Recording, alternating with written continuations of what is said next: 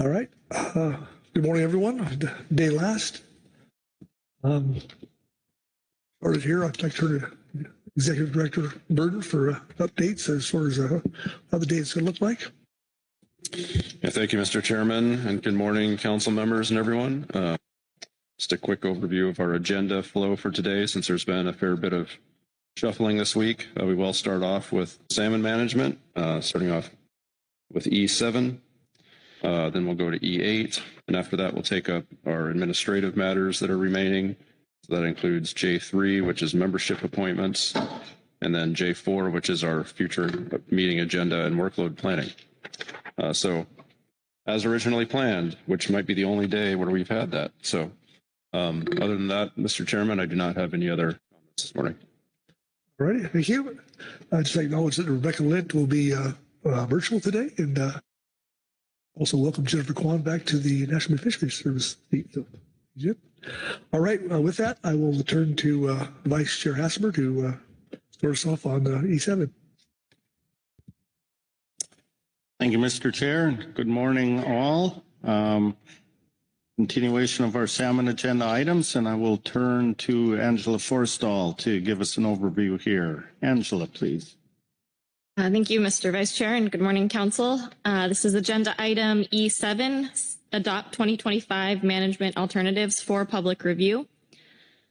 Under this agenda item, the Council will be reviewing the Supplemental STT Report 1, as well as comments from tribes and advisory bodies and the public before adopting proposed ocean salmon fishery management alternatives for public review. These adopted alternatives should strive to meet fishery management plan objectives, knowing that we will be coming back in April and further making modifications so that by the time that our season structure is set, that all of these objectives are met if they are not at this time. Any need for implementation by emergency rule should be clearly noted and consistent with the Council's and National Marine Fisheries Service emergency criteria. So the Council tasks under this agenda item are to adopt proposed 2025 ocean salmon fishery management alternatives for public review, and if necessary, identify and justify any alternatives that would require implementation by emergency rule. There are a few, in addition to the STT report, there is a report from the Columbia River Treaty Tribes, as well as the Colville Tribe and the Salmon Advisory Subpanel, as well as 2 individuals signed up for public comment. Thank you, Angela. Any questions before we proceed with the report? Not seeing any questions, then we will first turn to the salmon technical team. Dr. Michael Farrell. Good morning, Mike. Good morning. Thank you, Mr. Vice Chair. I will be referring to agenda item E7A, Supplemental STT Report 1. Skipping to the results of the most recent analysis by the STT, there are still a small number of stocks that have bolded values indicating that we're currently not meeting the management measures for this year. This includes alternative 1 for Lower Columbia River Natural Tule Chinook, alternative 1 for Interior Fraser Thompson River Coho, all 3 alternatives for Hood Canal and Grace Harbor. It's anticipated that the substantial shaping will continue after this meeting. There will be new inputs from Canadian and Alaska fisheries, and the Northern Falcon process will continue after this meeting, and we'll likely address many of these. Address the issues that we just talked about. Again, after that, we have Table 7, which has a breakdown of the impacts by area and stock. And then table 6, and then Table 7 has a breakdown Table 7, that's right. I think that we've got something Next up here. Well, I'm going to move on. We also have our appendices, tables A1, A2, and A3. In addition to the package that I just went over, need to notify the council that there's a de minimis fisheries this year for Klamath River Fall Chinook, and the PFMC says that we are to inform the council of this. And so the maximum allowable exploitation rate for Klamath River Fall Chinook this year is 10%, which is, of course, a de minimis exploitation rate. And in such cases, the FMP stipulates that when recommending allowable de minimis exploitation rates in a given year, the council shall also consider the following circumstances.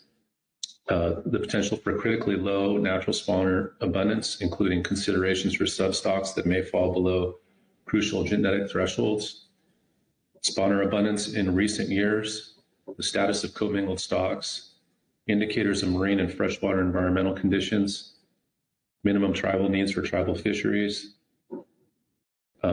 whether the stock is currently approaching an overfished condition, whether the stock is currently overfished, and other considerations as appropriate.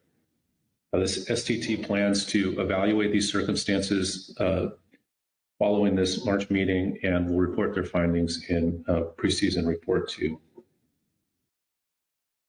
And that completes my overview of the package. Thank you. My questions for Dr. O'Farrell on the Salmon Technical Team report and analysis.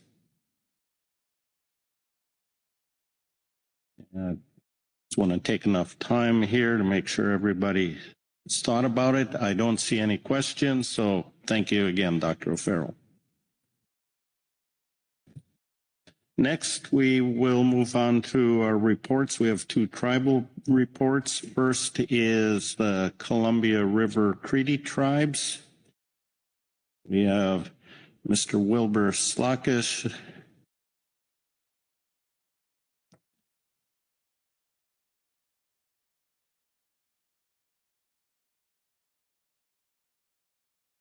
Good morning, Wilbur.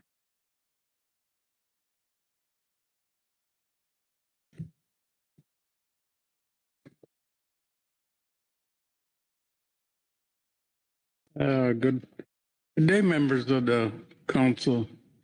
My name is Wilbur Slockish Jr., and I am a member of the Yakima Nation and a commissioner for the Columbia River Intertribal Fish Commission. Our 4 tribes have continued to meet through the PFMC process this week. I was supposed to be here with Bruce today, but he's not here to provide a statement on behalf of the 4 Columbia River Creedy tribes, the Umatilla, Warm Springs, Yakima, and Nez Perce. The early spring is the beginning of our fishing year as the first salmon begin to return to our homelands. We begin the year with important ceremonies in which salmon represent the most important of our first foods. These ceremonies maintain our connections to our spiritual lives and connections to our resources and our environment. Yesterday was the 68th anniversary of the flooding of Salala Falls as the gates were closed on the Dalles Dam. These anniversaries are always a day of sorrow for our tribes. It was the loss of the most well-known and arguably the most important of all of our fishing sites. Unfortunately, it was just the loss of one of the innumerable fishing sites and village sites as so-called development has occurred throughout the basin. We point this out to remind people of the losses we have endured, but also help remind people of our needs to rebuild and restore our resources. This is really why we came to speak to you. as the council finalizes its ocean salmon fishery management alternatives for public review. We have a few comments. We have been reviewing the ocean salmon fishery options with an eye to ensure compliance with the U.S. v. Oregon Management Agreement, and also to ensure a fair sharing of the resources. Our tribes are entitled to 50% of the harvest numbers of fish returning to or passing through our usual and accustomed fishing areas. The federal courts have determined the impact south of the U.S.-Canada border count towards these allocation. The ESA constraints on Snake River Fall Chinook limit both the treaty and non-treaty fisheries' ability to catch 50% of the harvested numbers of fall Chinook. However, the modeling results to date indicate that the combination of ocean and in-river non-treaty fisheries result in a catch expectation on the upriver bright stock that is less than the expected allowed treaty harvest. We have yet to compute the sharing for other upriver fall stocks, and we will be working on these calculations. For Upper Columbia summer stock, the three options, along with the expectations for inner-river fisheries route, will produce an expected escapement past fisheries of 29,000 fish. This meets the objectives of the U.S. v. Oregon Management Agreement in order to achieve a 20,000 spawner and hatchery broodstock goal. For coho, the options have the expectations of passing at least 50% of the upriver coho to Bonneville Dam, which is also a requirement of our management agreement.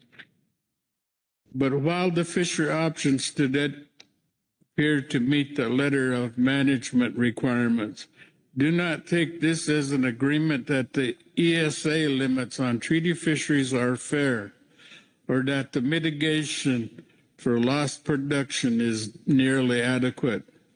Our tribes still face an unacceptable conservation burden as runs continue to languish at low levels, while the benefits of hydropower, irrigation, transportation, logging, mining, and other activities that impact our waters are enjoyed at the expense of the fish runs and our tribe's treaty reserved rights.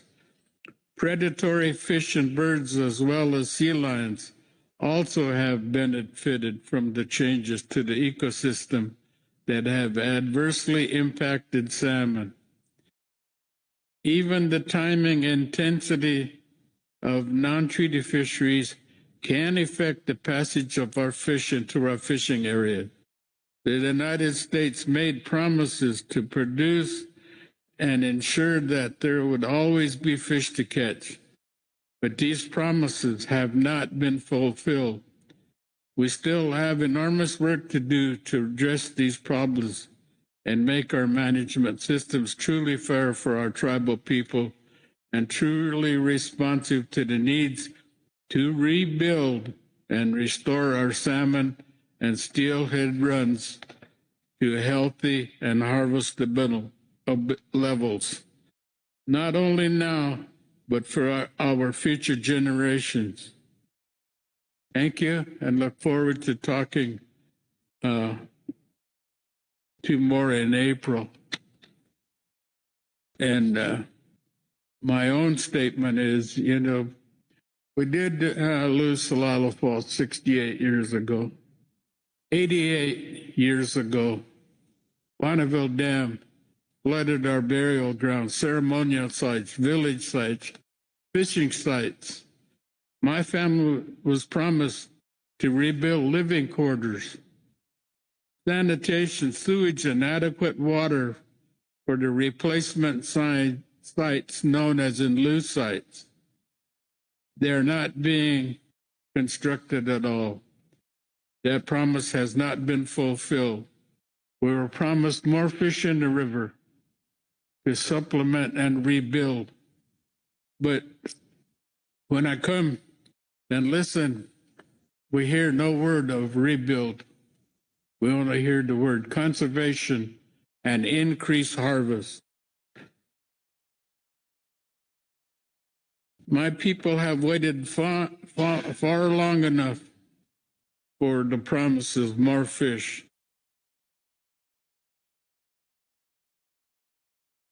We're still waiting.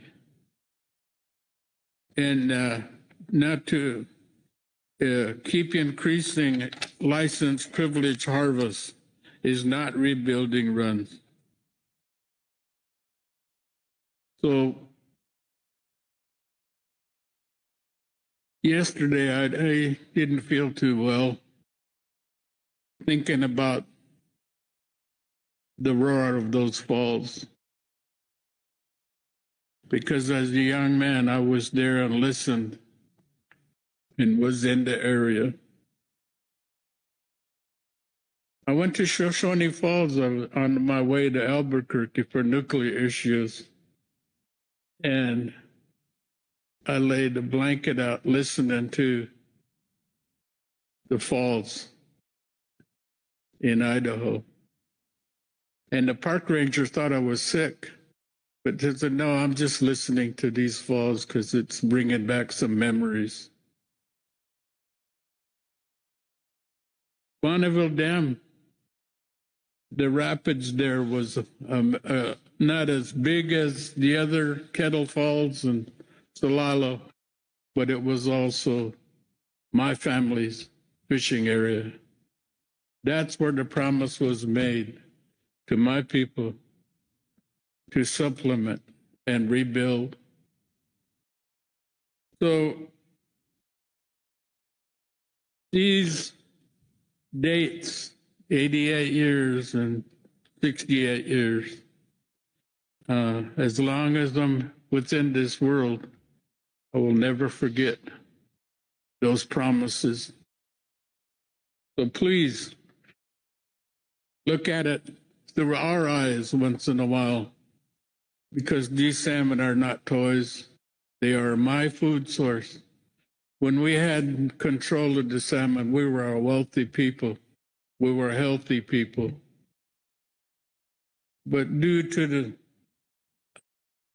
Washington and Oregon limiting our access for the state's other citizens to harvest for after working 40 hours a week, we were to leave them alone.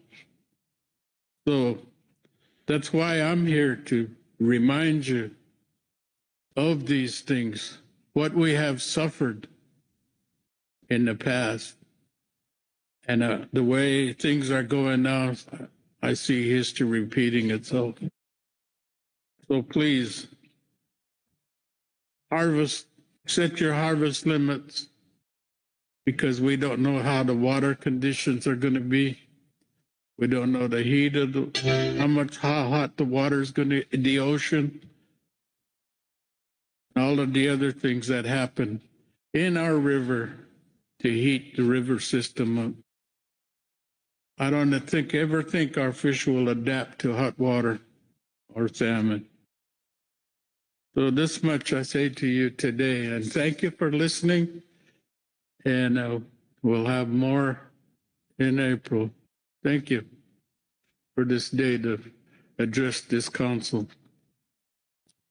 Thank you very much, Wilbur. Are there any questions for Mr. Slockish on his testimony here?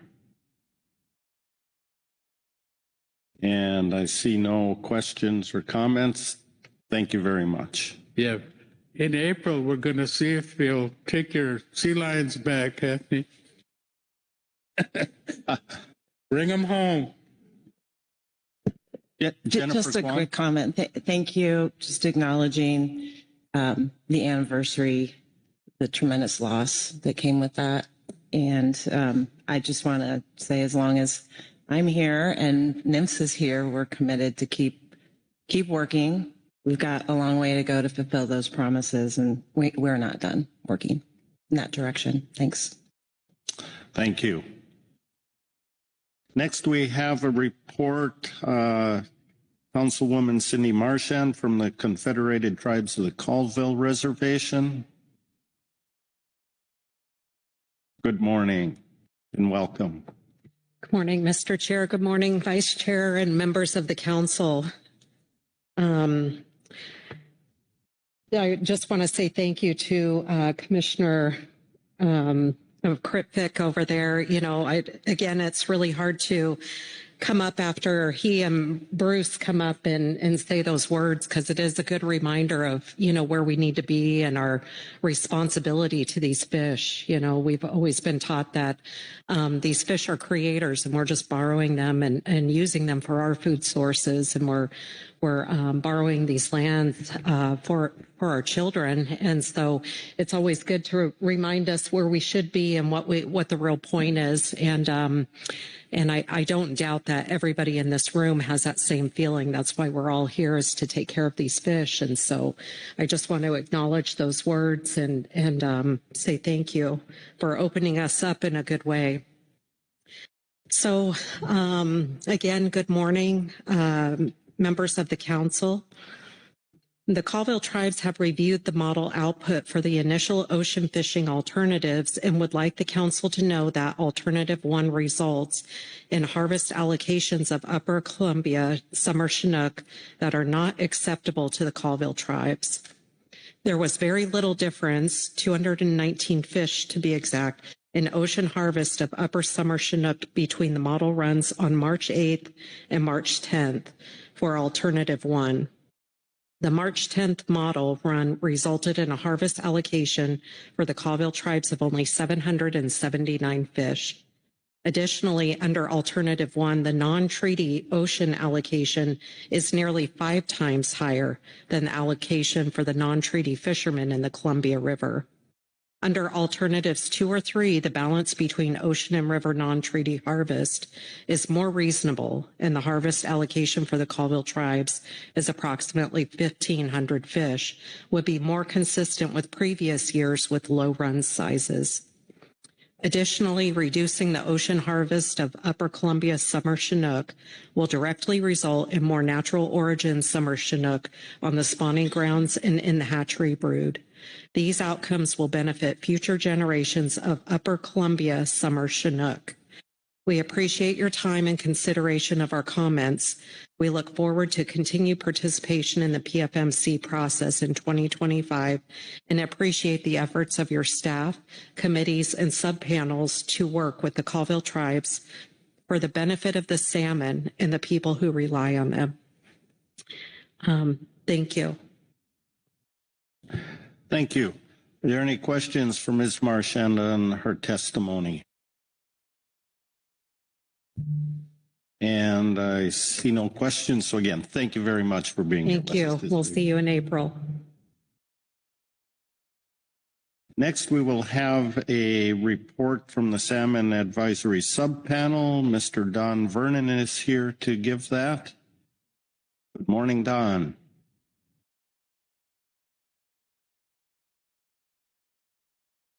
Yes, good morning to everybody. Thank you, Mr. Vice Chair and the Council. As I've already introduced, I'm Don Vernon from the Salmon Advisory Subpanel, and I'll be reading Supplemental SAS Report 1 on this agenda item. The Salmon Advisory Subpanel Report on Predation of Columbia River Salmonids. There's been an unprecedented effort to recover salmon and steelhead in the Columbia Basin by NOAA Fisheries, also known as National Marine Fisheries Services, Pacific Northwest states, Columbia Basin tribes, along with many other agencies and organizations. These efforts equate to hundreds of millions of dollars invested annually and billions over the past decades. These efforts, however, are put at risk by the increasing impact of sea lions and avian predation. Under the Marine Mammal Protection Act, Section 120, NOAA Fisheries has authorized the states of Washington, Oregon, and Idaho to lethally remove individually identifiable predatory California sea lions in the vicinity of Bonneville Dam that are having a negative impact on the recovery of salmon and steelhead listed under the Endangered Species Act. The Salmon Advisory Subpanel would like to receive information from NMFS regarding the status of predatory sea lions on adult salmonids and the efforts to reduce the amount of avian predation on juvenile salmonids in the Columbia River system. This would help inform the SAS in its understanding of Columbia River fisheries, including associated impacts from predation on Endangered Species Act listed salmon and steelhead. This information would be most timely during the March or April council meetings when the SAS is developing the ocean salmon fisheries structure for the upcoming year. This concludes the SAS report. Thank you, Don. Questions for Mr. Vernon on the Salmon Advisory Subpanel report? Butch Smith.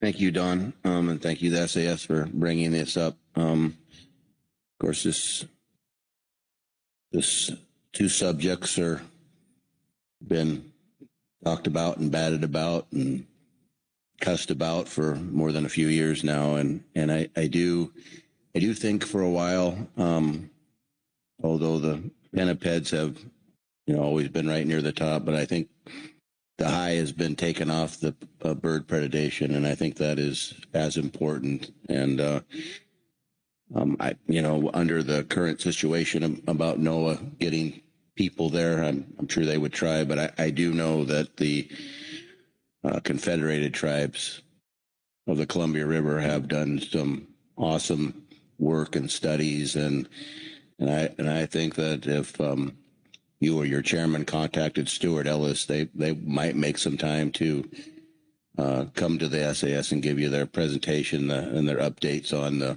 latest and greatest bird populations. And I think it's very important that people know that and realize just how many smolts are going out of the river before they even get to the ocean. So I think this is a good subject, and I think it's timely on bringing it back to the forefront and talk about it. So thank you for coming up. Thank you, Mr. Vice Chair. Thank you. Virgil Moore. Thank you, Mr. Vice Chair. Don, thanks for the report. I don't really have a question per se, but I just want to second what Mr. Smith had to say relative to the report. And I would like to add that from Idaho's perspective, predation management is among the most socially difficult things we do. I spent way more time than I care to ever admit dealing with all of the predatory animals, many that were under federal control, and trying to work through the system that would allow us to account for the mortality associated with those federally managed species. We spend unbelievable amounts of effort splitting up the human-caused mortality, trying to make escapement goals, but we do not put a similar amount of effort into managing those other mortality factors, whether they're human-caused through construction activities that occurred in the past, or whether they're caused by policies and programs that inhibit our ability to get things done. This cannot be done on an individual animal basis. This is a population management issue. And we need to get beyond talking about individual or even small groups. We need to look at what the population that we can support. I'll give you a quick example and then I'm going to stop. We had an unbelievably difficult time getting the permission necessary to manage pelicans in Idaho at a place called Blackfoot Reservoir. Took years. We were at a point of having to list our Yellowstone cutthroat up there because numbers had declined so precipitously. We knew exactly what needed to be done, but the difficulty was our fish folks know how to manage populations, and they modeled the predation. We could not get the avian wildlife folks to understand population management. They were wanting to manage individual birds or small groups of birds. We implemented a program up there that decreased the population by 5-fold. It's still valid. It's still very robust. And our cutthroat came back. It's an annual process. It has to be done consistently, and it has to have goals. We need to work together to get those population management goals for all mortality-related factors. And it's not simple. It's complex, but we have the knowledge and ability to do that. Don, thank you for bringing this issue forward. Thank you. Jennifer Kwan. Yeah, thank you for bringing this issue forward. And we know that we've known this is an issue for a long time, and we're, NIMS is committed to working here, not only in the Columbia Basin, but in the Puget Sound, off Washington coast as well. And I'm just wanting to recognize this is a salmon recovery issue, as well as a tribal treaty right issue. And so I think that, Virgil, we have a lot to learn about the social side of it, and probably a lot to learn from you on how to do it right. So I think, I know we're a science, we talk a lot about science here, but it might be good for us to explore, what we need to do to socialize this in a way that people understand that this is a salmon recovery issue. Thanks. All right. Thank you. David Sones. Thank you, Mr. Vice Chairman. Yeah, we have a lot of the same thoughts with the, the Marine Mammal Protection Act created this act that has, provided the protection of these resources since the 70s, but I don't think there was an end thought of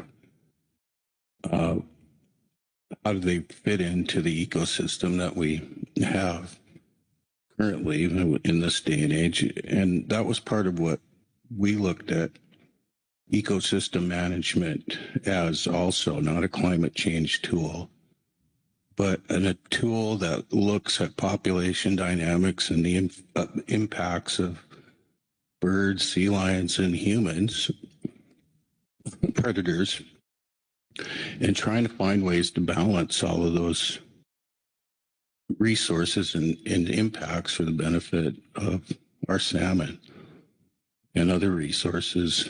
So we really did look at ecosystem management as not just a tool for adjusting to where we're going in the future, but to look at what we've done and how do we balance these things. The populations of sea lions are just plain out of control. And that was fine 200 years ago, even though we were out taking our share of the marine mammals back then. But the world's in a different balance today. So we really do need to think big picture when we're looking at predation and how all of these things integrate together, and take just a smart view of not individual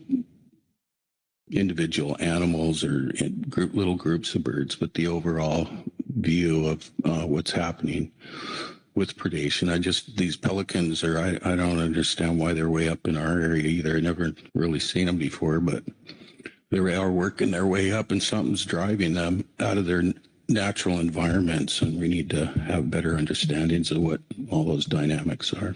Thank you. Thank you. Any other questions on the Salmon Advisory Subpanel report? And I don't see any. Thank you, Don. Thank you. That completes our reports, takes us to public comment. We have, I know of two. Just pause here while that comes up on the screen. There it is. First, we have Steve Manlow. Steve will be followed by Mike Sorensen. It looks like remote Steve Manlow is here in person. Good morning and welcome. Good morning, Mr. Chair, Vice Chair, members of the council. Appreciate the opportunity to be here today. I'm Executive Director of the Lower Columbia Fish Recovery Board, and a little bit of background. The Fish Recovery Board is one of Washington State's legislatively established salmon recovery organizations. There are 7 of them in Washington. And our role was to facilitate development of the now federally adopted salmon and steelhead recovery plans in Washington, and now we oversee implementation and adaptive management of those plans. My board recently submitted a March 7 letter to the council expressing concern about lack of Thule fall Chinook salmon recovery progress in the Lower Columbia region, including the potential impacts of harvest rates on that lack of progress. The recovery framework for the Lower Columbia region establishes specific viability targets for each of the major geographic units that make up the Lower Columbia.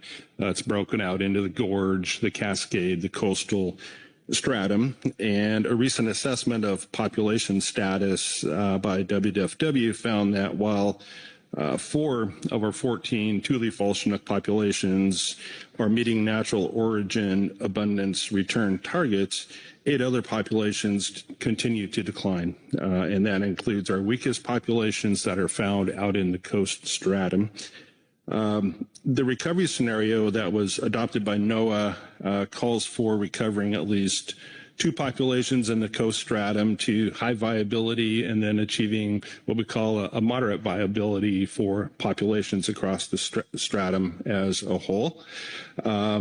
Unfortunately, when you look at the current status, we have several populations that are now functionally extirpated, and most exist at what I would call perilously low abundance levels, and some are continuing to decline. The net result of this is that without substantive improvement in viability of coast stratum, Thule fall Chinook in particular, it's pretty unlikely that we're going to be able to achieve the federally adopted recovery scenario for the region as a whole, or ever consider delisting. Back in 2011, the council passed a motion calling on NOAA to implement an abundance-based management matrix as the harvest control rule for the Lower Columbia Thule fall Chinook, and that matrix has guided management ever since.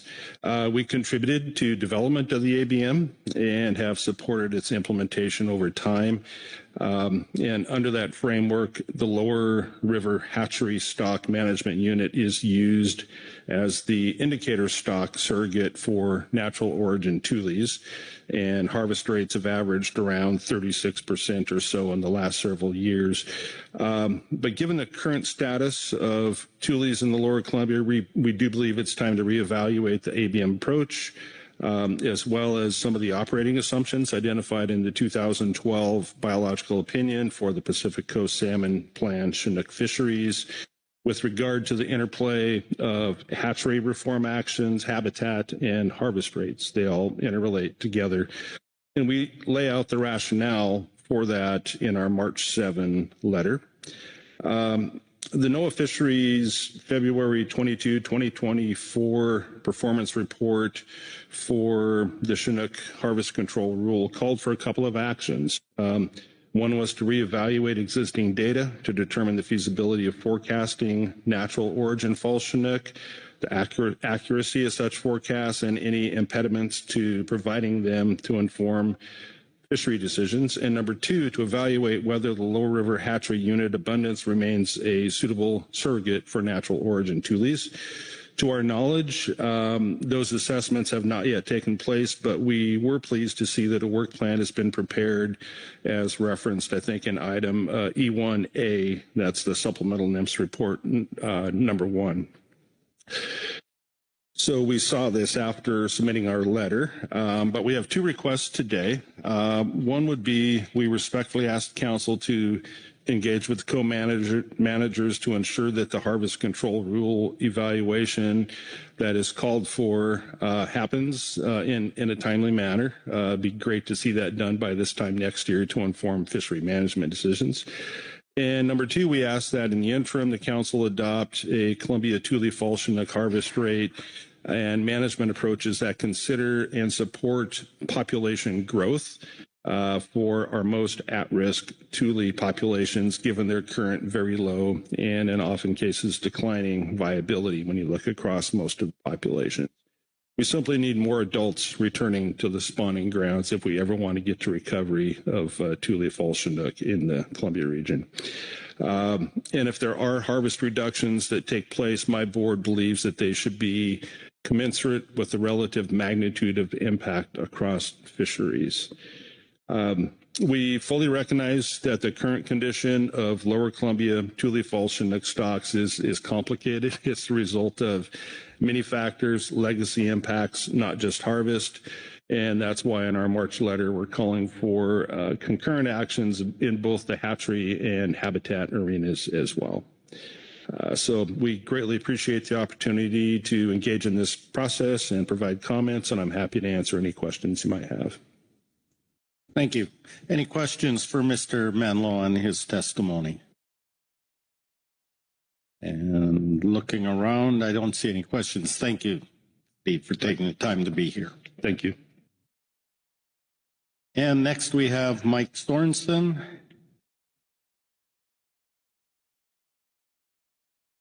Good morning, Mike. Good morning, Vice Chair and council members. I'm Mike Sorensen. I sit on the SAS for the Oregon Charters, as you probably all know. When we first got here, I believe our Vice Chair made a comment for opening our salmon is difficult things are hard to do. Impossible things take a little bit longer. Through this process this week, that became very true in the SAS.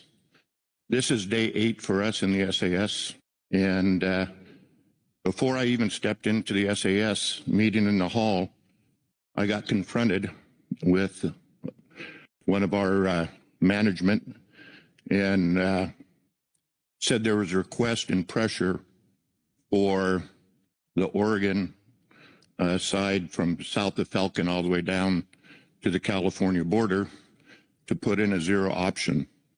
Since I've been doing this process for over 20 years, we've been asked a lot of things to do, but we've always been told to use the best available science, and that's what the SAS does. This topic came up more and more in the SAS every day, and probably took the majority of us talking with our other members in the SAS from California. And first it came out to what is zero fishing? And different answers came out. And then at last it came out zero means zero, no fishing at all, none on our healthy coho stocks that we have, nothing. And I just could not see doing that. That got out to the public also, all up and down our coast, and I've been answering emails and text messages and phone calls. It even went out to a thing called Oregon GPS. It's a TV show on Channel 8, I believe, of this option. Now, me being the charter rep, if I put a zero option in there when I don't feel the best available science is pushing for that way, it gets out to the public.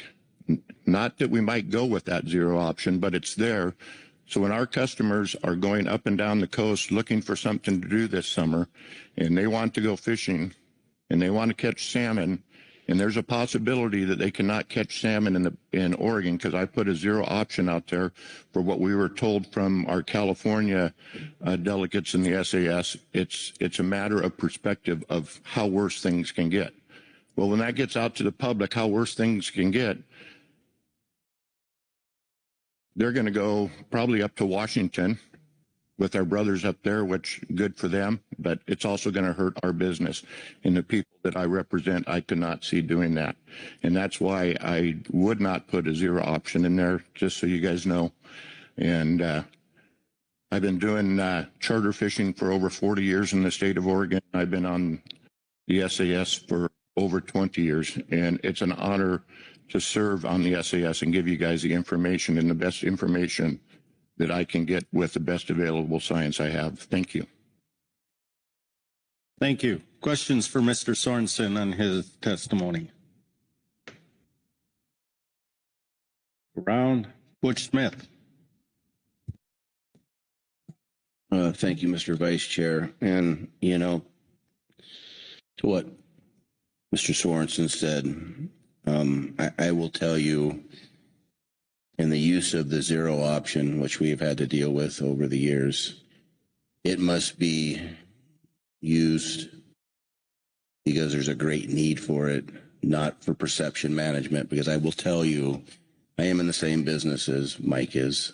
And when that hits the media, people have to make choices now on what they do for the summer. And they do other things because they have that. We don't want to make a trip to the coast and not be able to do what we do. So I would just, you know, when zero options have to be used, they have to be used because of the resources so low, it can't be fished. I get that. But what I don't like, and I'm not saying that it is or isn't, but if it's used for perception management, like the SAS testified to, I think that has to be looked long and hard at because it does hurt people, families in our coastal communities. So thank you, Mr. Vice Chair, and thank you, Mike, for your testimony. Thank you. Any further questions?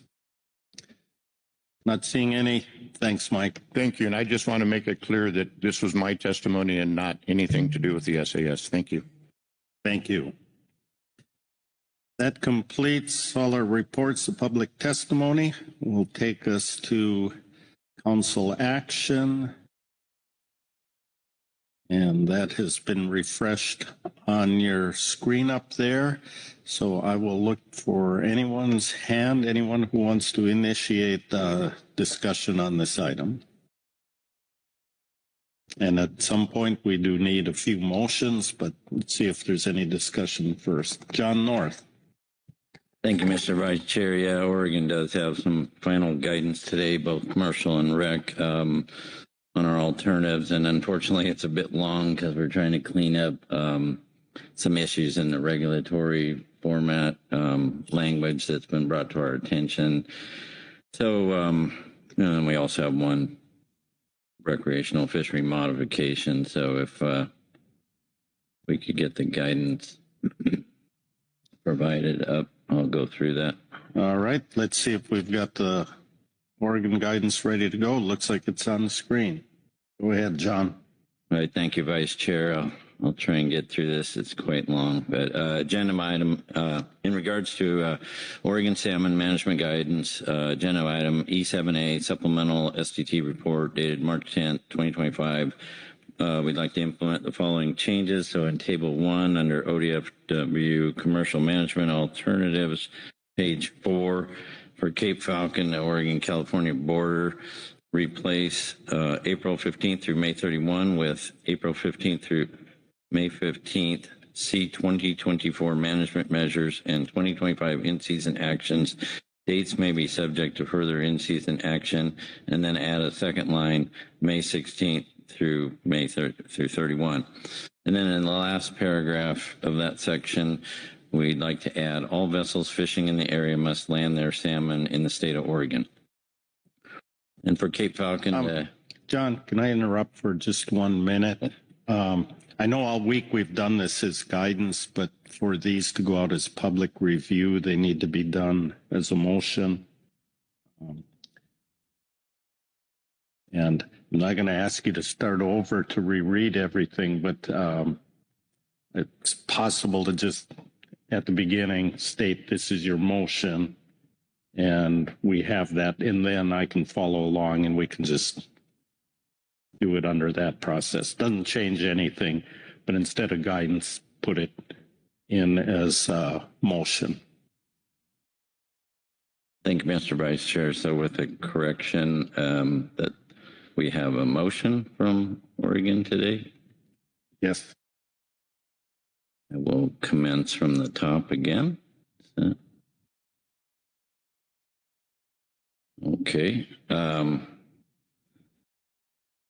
table 1, Page 4, Cape Falcon, Oregon, California border, for alternative 2, replace April 15th to May 31 with April 15th to May 15th. C, 2024 management measures and 2025 in-season actions. Dates may be subject to further in-season action.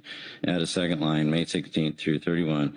In the last paragraph, add all vessels fishing in the area must land their salmon in the state of Oregon.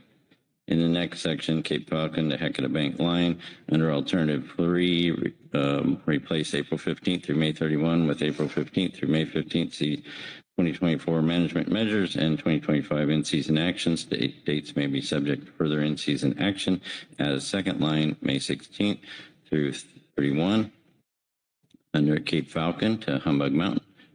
For alternative 1, 2, and 3, please add Oregon state regulations require all fishers landing coho salmon into Oregon from any fishery between Cape Falcon, Oregon and Humbug Mountain, Oregon to notify ODFW within 1 hour of delivery or prior to transport away from the port of landing by either calling the number noted or sending notification via email as noted. Notification shall include vessel name and number of salmon by species, port of landing, and location of delivery, and estimated time of delivery, and add that all at the end of the regulatory language. Under alternative 1, replace April 10th through May 31 with April 10th through May 15th. The 2024 management measures and 2025 in-season actions. Dates may be subject to further in-season action. Add a second line, May 16th through 31. In the last paragraph, add all vessels fishing in the area must land their salmon in the state of Oregon. Moving to Humbug Mountain to Oregon-California border, under alternative 1, add closed. In 2026, the season will open March 15th for all salmon except coho. Chinook minimum size limit of 28 inches, total length. Gear restrictions, same as in 2025. This opening could be modified following the council review at its March 26 meeting. And under alternative 3, add C, 2024 management measures and 2025 in-season actions. Dates may be subject to further in-season action, and then add that after the April 15th to 30 date. And on table 2, recreational management alternatives, beginning on page 17 for Cape Falcon, Humbug Mountain. For alternatives 1, 2, and 3, remove the paragraph that begins with in 2026, the season will open, and replace, and under alternative 1, replace March 15th through May 31 with March 15th through May 15th. See 2024 management measures and 2025 in-season actions. Dates may be subject to further in-season action, and add a second line, May 16th through 31, and remove the paragraph beginning with in 2026, the season will open.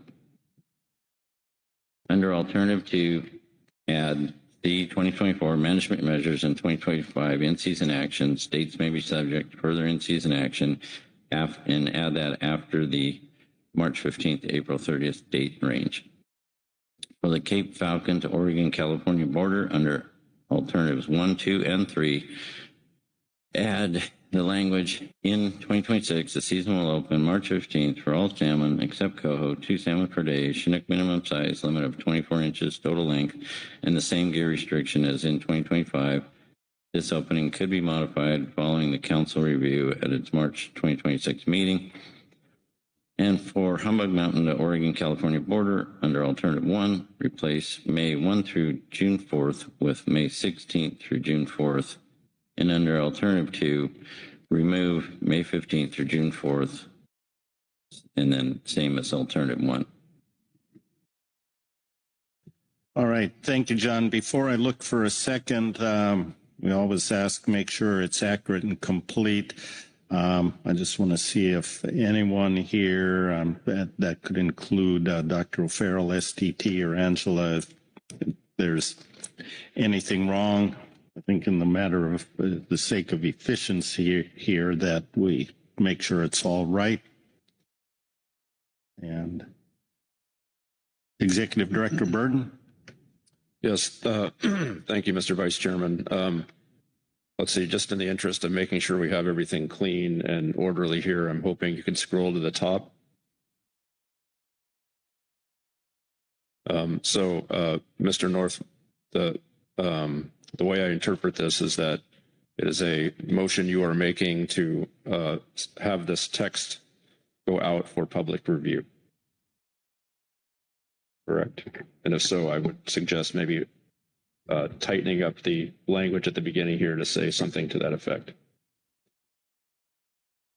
Yeah, thank you. I was intending to provide guidance and then a subsequent motion that referenced the guidance on the floor today. So I had submitted it in two pieces of guidance and motion, but I can add a second motion now.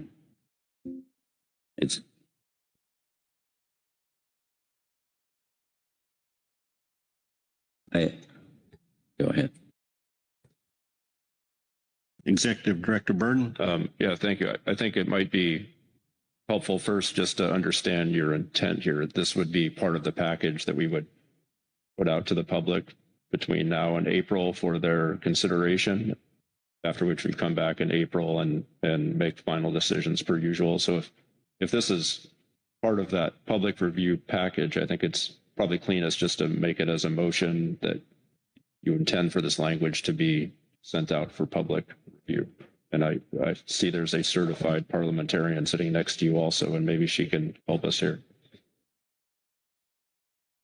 Yeah, thank you. I think it could go either way, meaning guidance is guidance. We quite often put out a motion and provide guidance within it. We have had discussions in the council process about whether or not we need to include the guidance within the motion. So I think because we have this here with a language for a motion, it may be easiest to just take the motion so that it is in alignment with other states and how we have typically done this process. The one piece that I would want to check with my colleague here from Oregon is if there is the need for the second motion that he's got, if there is additional information in that motion. Do we need two motions, or do we just need to have a very simple motion here? Let's hang on a second.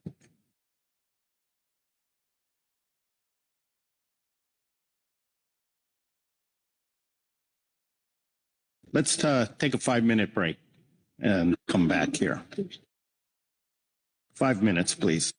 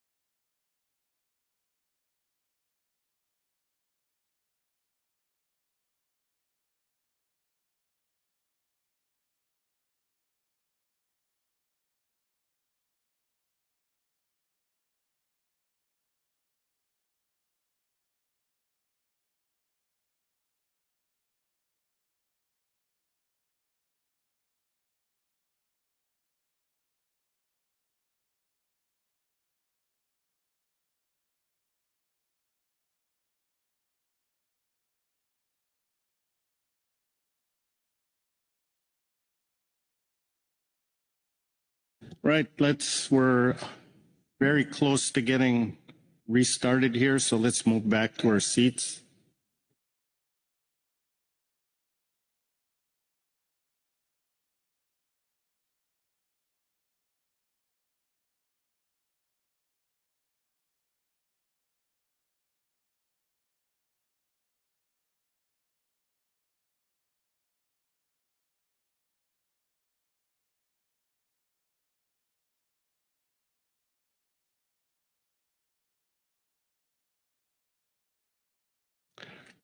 All right. Make sure we have enough time to format everything. So we're finishing up the wording. So John, we'll turn back to you. You went through a number of changes. We just wanted to make sure the language is right at top. So I want to give you a chance to read that in here. Thank you, Mr. Vice Chair, and sorry about that. I got the guidance ahead of the motion. I just intended to, we recompiled it here. So my Oregon motion is to move to adopt for public review the alternatives for non-Indian commercial and recreational fisheries in the area from Cape Falcon south to the Oregon-California border as presented in Agenda Item E7A Supplemental STT Report 1 dated March 10th, 2025, as amended with the following changes that I previously read into the record. All right, thank you. And as I followed through everything on what had appeared on the screen was accurate and complete. Is that right? And we did look for any clarifications. We didn't see any, but do you agree it's accurate and complete? Yes, I agree. Thank you. All right. Is there a second to the motion? Seconded by Krista Svensson. Please speak to your motion.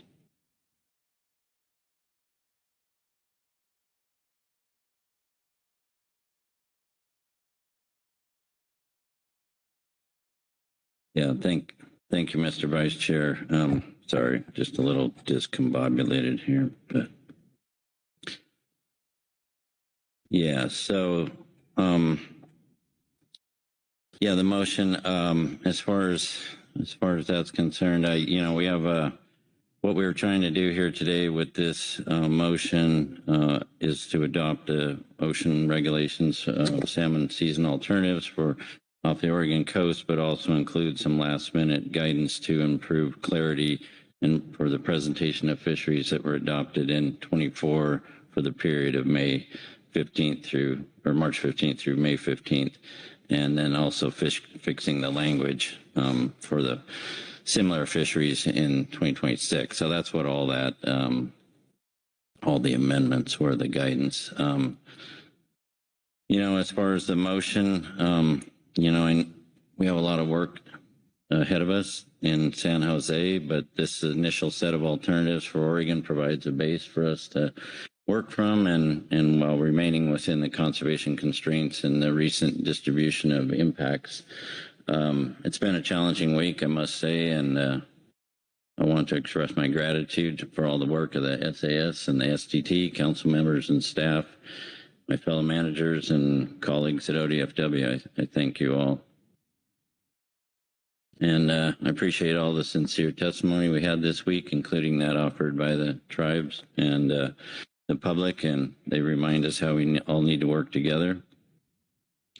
Oregon does understand and grasp the significant conservation concerns related to the Sacramento and Klamath Chinook stocks, but we're trying to do our part, but we're also trying to access the healthy stocks of coho and Chinook we have returning to our coast, and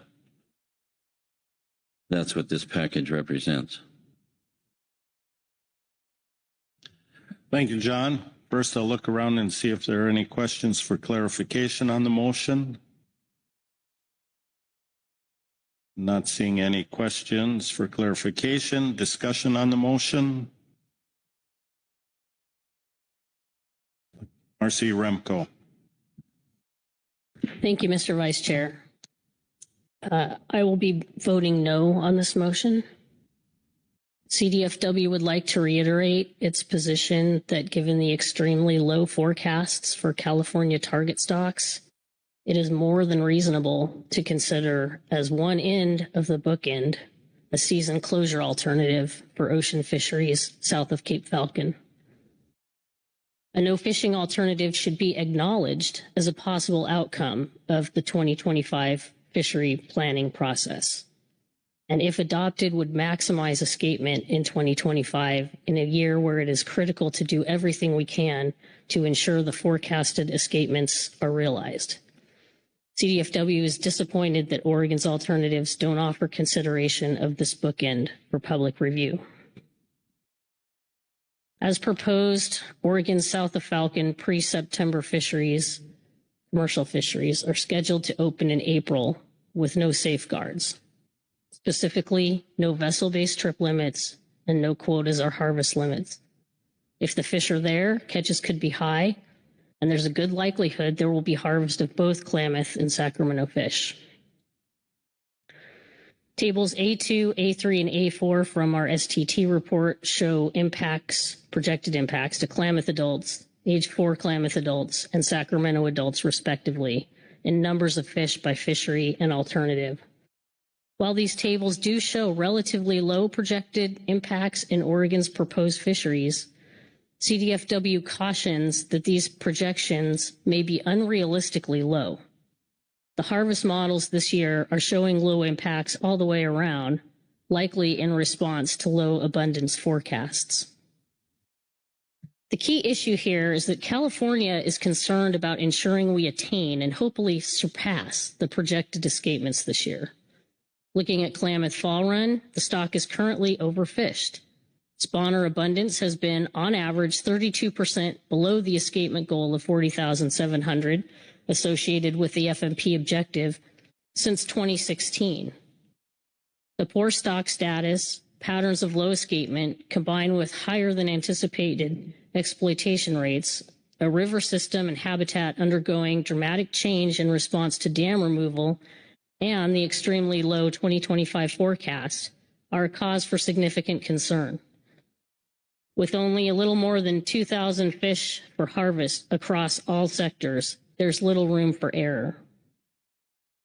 Turning to Sacramento Fall Run, per NIMS's guidance, the status is recently as an overfished stock in the recent past and the current status of the stock relative to the overfish threshold, the pattern of low recent year escapements combined with higher than anticipated exploitation rates and overforecasting remain a cause for concern in 2025.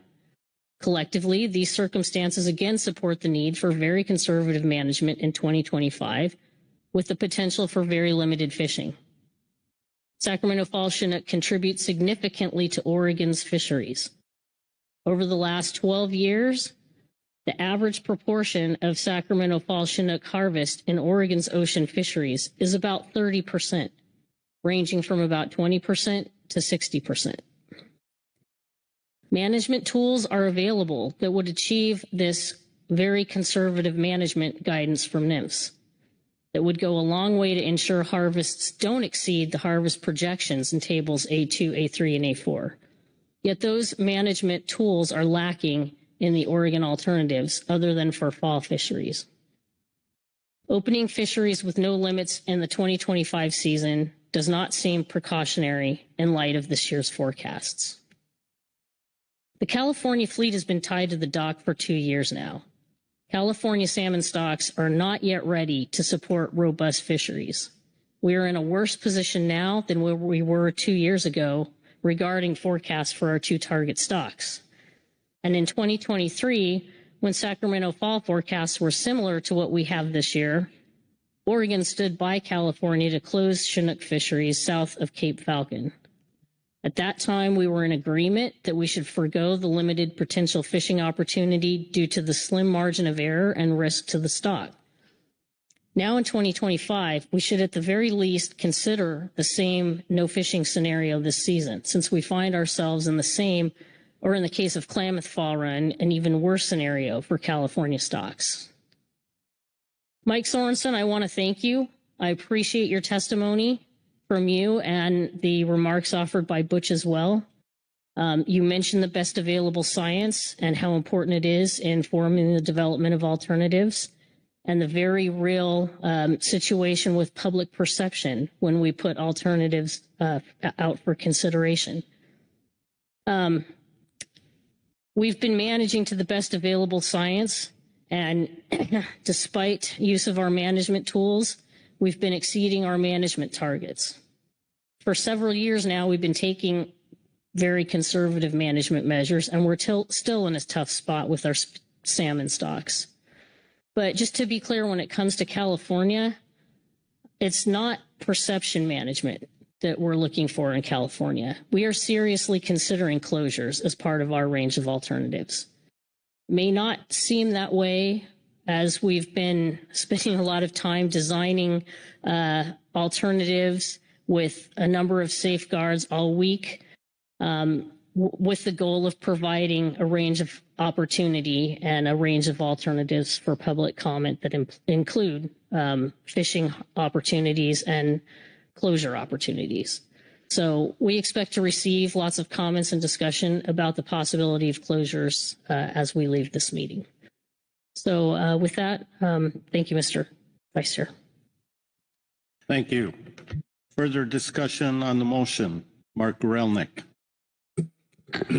Thank you, Vice Chair. And also, I just wanted to address the best available science comment. Keep in mind that our fishery management plan for Sacramento Fall Chinook provides for an escapement range of 122 to 180,000 fish. And typically, our three options have exercised that range. And so to provide for no Chinook harvest does serve the purpose of showing a range of escapement consistent with the fishery management plan, and it's not contrary to best available science. Thank you. Further discussion? John North. Thank you, Mr. Vice Chair. Since I prepared it, I think that at least will help explain Oregon's position. So the question of, why no zero Chinook option has been a popular thing this week. And I just wanted to share that the Oregon SAS members and I, along with other staff, we've met multiple times this week in lengthy discussions, and probably more than any other meeting.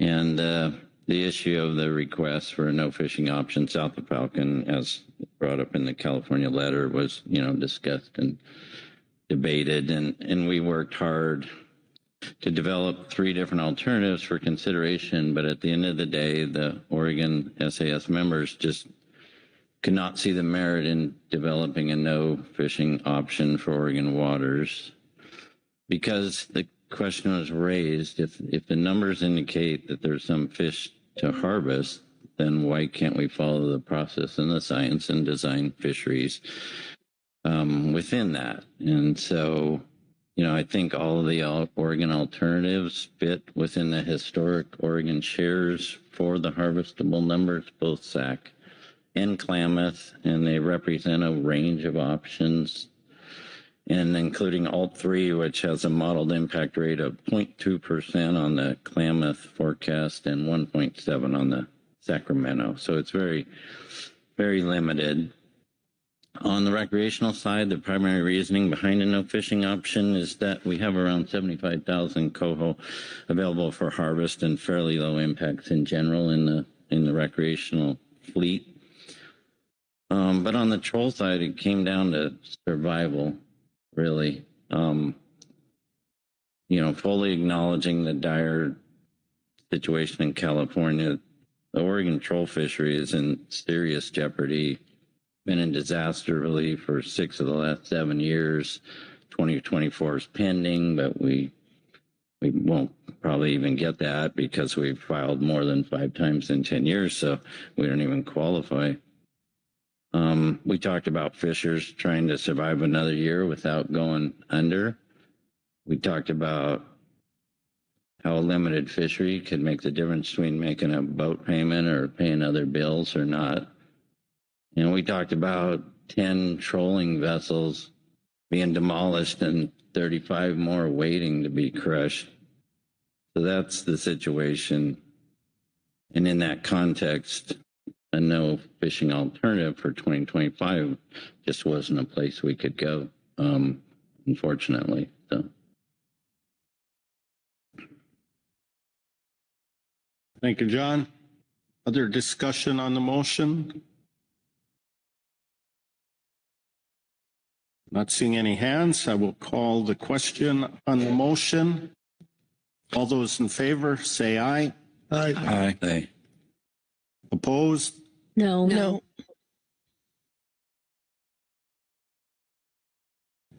Make sure I can tally those. Marcy Remco, Corey Ridings. I believe I heard a third voice.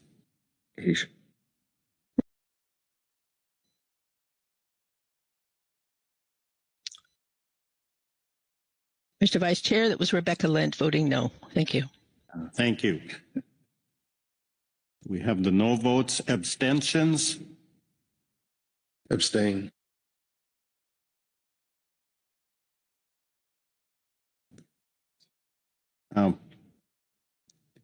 The abstention was Mark Relnick, sorry. Thank you. With that, the vote passes. 3 no votes, 1 abstention. Thank you, John.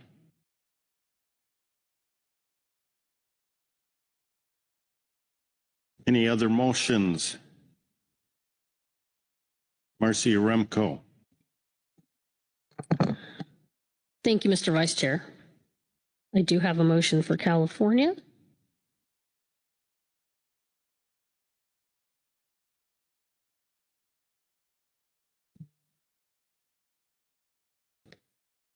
I move to adopt for STT collation, analysis, and public review the salmon management measures for the 2025 non-Indian commercial and recreational ocean fisheries in the areas from the Oregon-California border to the U.S.-Mexico border as presented in Agenda Item E7A, Supplemental STT Report 1, dated March 10th, 2025, including the commercial and recreational requirements, definitions, restrictions, and exceptions.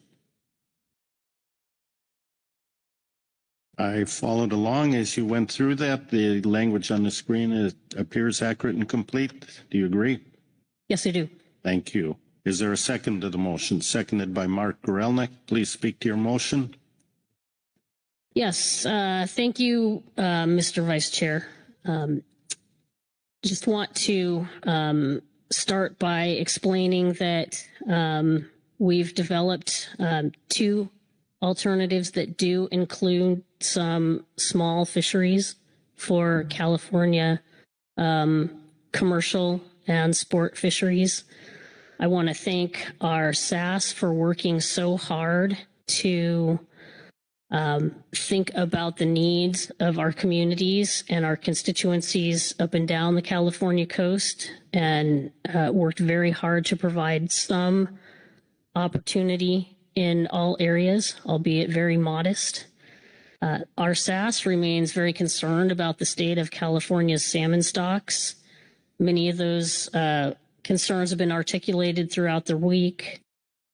I want to thank the SAS for proposing a no fishing season in Alternative 3 with varying levels of fishing alternative or fishing opportunity in Alternatives 1 and 2. We do believe we're showing a range of opportunity for consideration and public review and input. The SAS really did some creative thinking with regard to opportunities, particularly in fall fisheries, and providing some unique opportunity. Alternatives 1 in the sport fishery and Alternative 2 in the commercial fishery show fall fishing in the area between Point Reyes and Point Sur, which is not something we've ever contemplated before. This section of coast encompasses 2 sub-areas across the larger San Francisco and Monterey management areas. The intent of sticking to just this section of the coast is to limit impacts to Klamath Fall Chinook in the north while accessing the currently more abundant McCollum stocks, which tend to congregate in the Pillar Point area. Thinking ahead, although today marks the end of the March Council meeting, there's more work to be done when we get back to finalizing one alternative in April. All 3 alternatives are currently under our SONC management objective, but we know that additional forecasting data for British Columbia is expected in the coming weeks, and this really could change the total ocean exploitation rate and push us over the combined 16% exploitation rate on the Trinity River naturals. So this was an issue that was out there last April. So I'm just flagging that although we have 2 alternatives that meet the constraints right now, this is something new for us in California. Waiting for inputs until after April was not something that we've ever contemplated before. And so I would just caution that while alternatives 1 and 2 do show fishing opportunity, we still have yet to receive some of the necessary inputs. So that may prompt changes. Thinking about the commercial fisheries that are proposed, it would be the first time a fishery in California was managed under the constraints of the California Coastal BIOP and quotas or harvest limits and weekly vessel landing limits. If you look at the range of alternatives that are proposed, that weekly landing limit is very low. 10 fish per vessel per week in the pre-September fisheries and 15 fish per vessel per week in September, each with very restrictive harvest limits or quotas depending on the area that those fishery activities would occur. This is a substantial change and a significant impact to our fleets and our business as we learn to adapt to this new reality. Considering the alternatives and the ability to make money from these commercial fisheries, a good portion of the fleet probably may decide to stay tied up. It's not exactly a wage that's going to provide food for the dinner table, but there are those that will be happy to pursue small scale opportunities and appreciate those opportunities. And with 2 years of closures and this new management regime, the department and the commercial fleet sees huge value in the data collection aspect of these proposed fisheries. We kind of consider them, because of their small scale nature, something akin to a test fishery, hopefully to prove that we can work within the limits that have been developed. And it will also provide an opportunity to gather data on vessel participation and how the fleet responds to this new set of constraints, and that will certainly assist us in developing management measures in the future years when we are looking at more robust stocks. The sports seasons, just want to also acknowledge the hard work of the SAS in planning time on the water very cautiously this year. Several small openers are spread out. They're 3, 4, 5 days in duration across the summer and fall months, with caps on harvest in place that would prevent the fishery from exceeding the management targets. The time between these short openers will allow the department to review the data we receive from our monitoring activities and estimate the harvest, and then make decisions on the future days that are scheduled and whether or not we need to adjust those dates in season so that we stay within those harvest guidelines. This allows us to stop and count and open or close as needed in response to what our harvest levels are. So again, I really want to thank our SAS for what seemed to be a very concerted effort to move forward in the face of change and the reality that we have to find a way to keep our fisheries going, and it's going to take some time to rebuild. But overall, I'm optimistic. I think there are a number of good signs that future forecasts and future abundance levels of our target stocks will once again be prolific. And I think these alternatives set us on the right path forward for considering how we would prosecute future salmon fisheries off California. Thank you. Thank you, Marcy. Any questions for clarification on the motion? Being no questions, discussion on the motion. Butch Smith.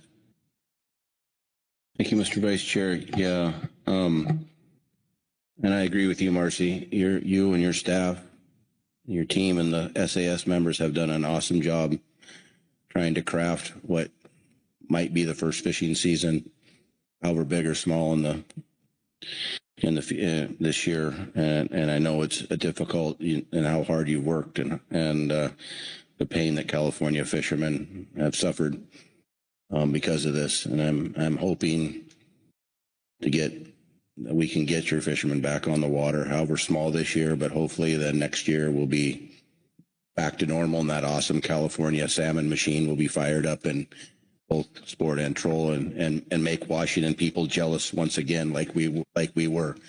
And I will be supporting your motion and recognizing the hard work that you have done and your team once again to get to this point. And hopefully when we come in April, we can put some kind of season and not the other. But I support your range of options and thank you. Appreciate all your hard work because I know what you've gone through to do this. Thank you. Thank you. Mark Gorelnik.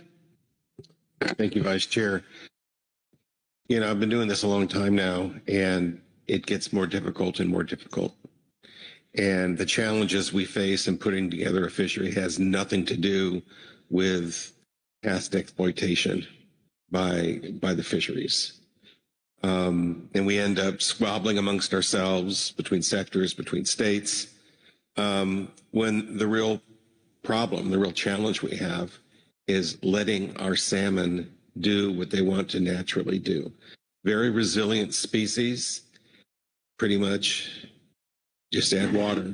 And the only promise we have in coming years is that precipitation perhaps has overwhelmed the exports and other uses of water that have damaged the fisheries. So, these meetings, I mean, I'd like to get back to meetings when we're all smiles and handshakes and everyone gets opportunity. It's been tough in California with 2 closed years. And this year, even if we have a fishery, it's not really a fishery for the commercial. They can't make a living on 10 fish a week. It costs more to operate the boat. So, obviously, I'll support the motion, but I just want to remind everyone, although it's probably unnecessary, that our fisheries are the victim of decisions made by others. And it's been hard, but we got to make the best of what we've got and hope for a brighter future. Thank you, Mark. Further discussion, Jennifer Kwan. Yeah, just a comment and acknowledgement of appreciation for the hard work and collaboration. That's a big lift. Like, this is huge, acknowledging how novel this is for California, how progressive this is, and acknowledging the risks that everyone's taking, with what's provided here and people's willingness to give it a shot. So thank you, Marcy. Thank you, staff. Thanks to SAS folks and all the California constituencies that kind of helped move this forward this week. So just acknowledging that. Thanks. Thank you. Any other discussion? Not seeing any, I will call the question. All those in favor say aye. Aye. Opposed? Abstentions? Motion passes unanimously. Thank you, Marcy.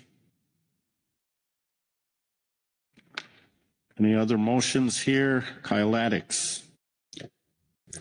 Thank you, Mr. Vice Chair. I do have a motion.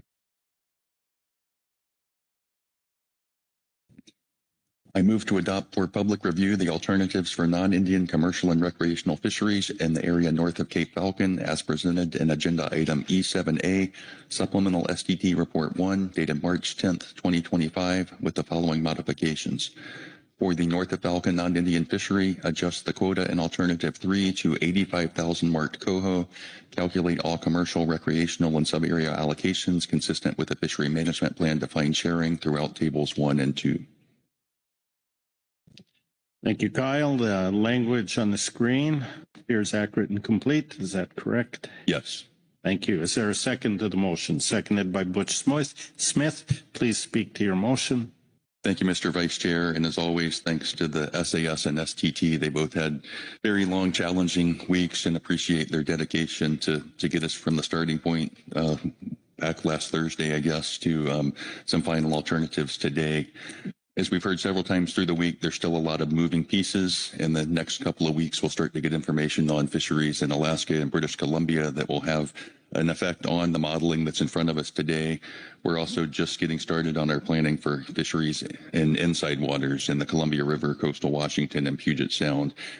We know there'll be significant changes to those fisheries. One of the fun things we deal with in Washington is pink salmon in odd years, and we have some pretty large pink salmon returns headed to the Fraser River and Puget Sound. Those fisheries will have impacts on some of the stocks that we're looking at in Council waters as well. As we look at the modeling results today, there were two stocks that did not meet our conservation objectives in any of the alternatives.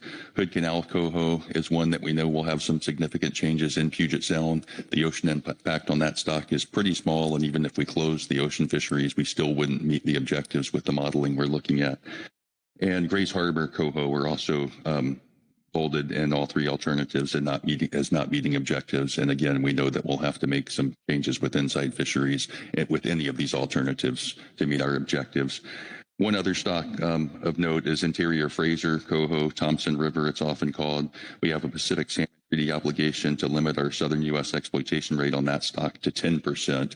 And again, we're going to be having some pink fisheries this year that will impact that stock. So we'll have to plan carefully in connection with Council fisheries to meet that objective. There was a small decrease in the coho quota in Alternative 3, and that was really just to give us a range that we felt confident would help us as we start to plan all those inside fisheries to make sure we have meet our conservation objectives and have a balance of inside-outside sharing in all of the stocks. I think that's all I'll say, but again, thanks to everyone for a lot of work through a very long week. Thank you, Kyle. Any questions for clarification on the motion? Seeing no questions, discussion on the motion? Seeing no discussion, then I'll call the question. All those in favor say aye. Aye. Opposed? Abstentions? Motion passes unanimously. Thank you, Kyle. David Soames. Yes, thank you, Mr. Chairman. I believe I have a motion here. Thank you.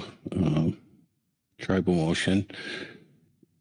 For tribal fisheries in the area north of Cape Falcon, I move the Council adopt for public review and alternatives as presented in Agenda Item E7A, Supplemental STT Report 1, Table 3, March 11, 2025. Thank you. That language there appears accurate and complete. Is that right? Yes. Thank you. Is there a second to the motion? seconded by Corey Ridings. Please speak to your motion. Thank you, Mr. Vice Chairman. I also would like to thank and appreciate all the work going on in the back rooms. It's always really difficult with salmon. And then dealing with the modeling timeframes that we've been having to deal with in this meeting has been really tough, but also along the same lines as Washington has spoke, we do have a lot of stuff to work out on the inside between this meeting and April. So until we see some of that work, our numbers will be remaining the same. Thank you. Thank you. Any questions for clarification? No questions. Discussion on the motion? Seeing no questions, I'll call the question. All those in favor say aye. Aye. Opposed? Abstentions?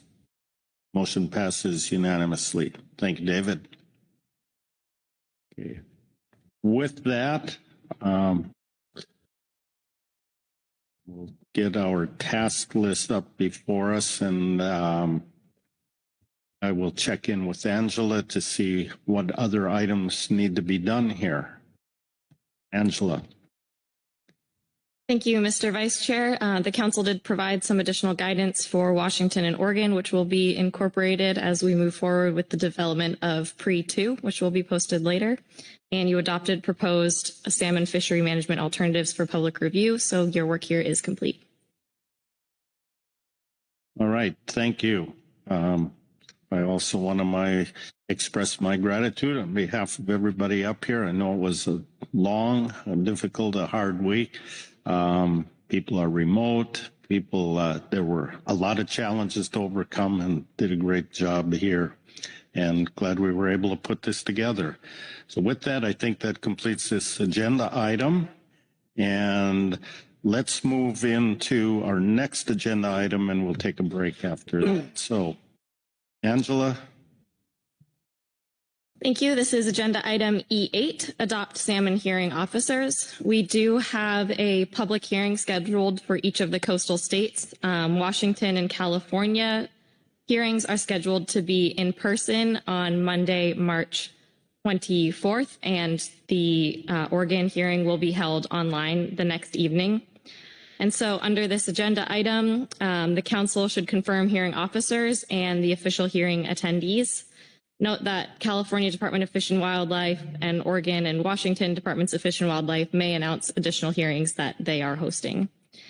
You do not have any other supplemental reports under this agenda item or any public comment signed up. All right, thank you, Angela. Any questions on that? I'm not seeing any questions. As was noted, attachment 1 is there with the hearing times, locations, dates, and the attendees, and just confirm that everything is complete there. Don't need any motion on there. Maybe I will just follow through the list and look first to Washington. Thank you, Mr. Vice Chair. I can confirm that I will attend the hearing. I'm happy to serve as the hearing officer. I believe Mr. Smith might be joining me in Westport that evening. All right, thank you. California. Yes, thank you, Mr. Vice Chair. I can confirm that Candace Morgenstern will represent the STT at the hearing in Santa Rosa, and that Mark Gorelnik will serve as the council's hearing officer. And other council members are likely to attend as well. Thank you. Oregon, John North. Yeah, thank you, Mr. Vice Chair. For that meeting on March 25th, I will be a council rep, and Ms. Cassie Lehman will represent STT as noted, and all good. All right, thank you. Any other comments regarding that? Jennifer Kwan. Yeah, Susan. I think Susan, did you want to address this?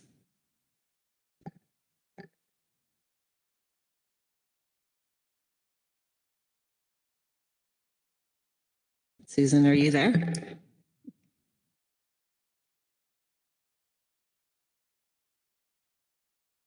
Okay. I think in short, we will not have representation. That's what I've been told to say. Thanks. All right. So a note flash up there also. Susan is having trouble with her audio, but just confirmation it was listed as to be determined on there, and NIMS will not be able to provide individuals to participate there. All right. Thanks. Anything else need to be said with regard to the hearings? Angela, do we have everything we need on that agenda item? Thank you. Yes, the states have all confirmed their representation at the hearings, and so I look forward to seeing you all there. All right, thank you. That completes that work. So I will close out that agenda item and give the gavel back to the chair and let him determine how we proceed. All right, great work, Vice Chair Hassemer and everyone. We're going to take a break, extended, so people can get out of the rooms. So maybe if we're back here, say at 10:15, I'll give us 22 minutes or so. A little longer than that will be fine, but 10:15, return.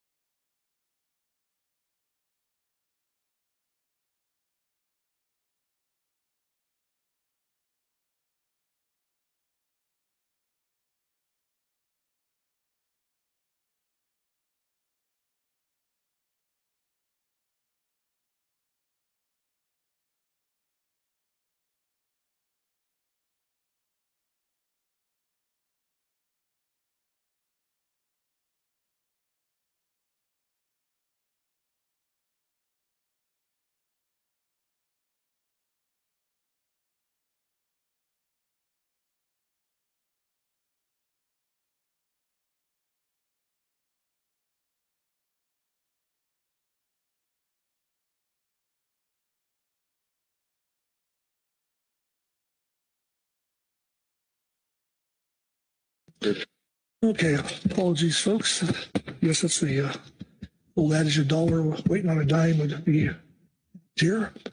All right, I got my technical difficulties through, and before we start here off in on J3, I'd like to say that Corey Niles will be representing WDFW remotely, as well as Rebecca this morning.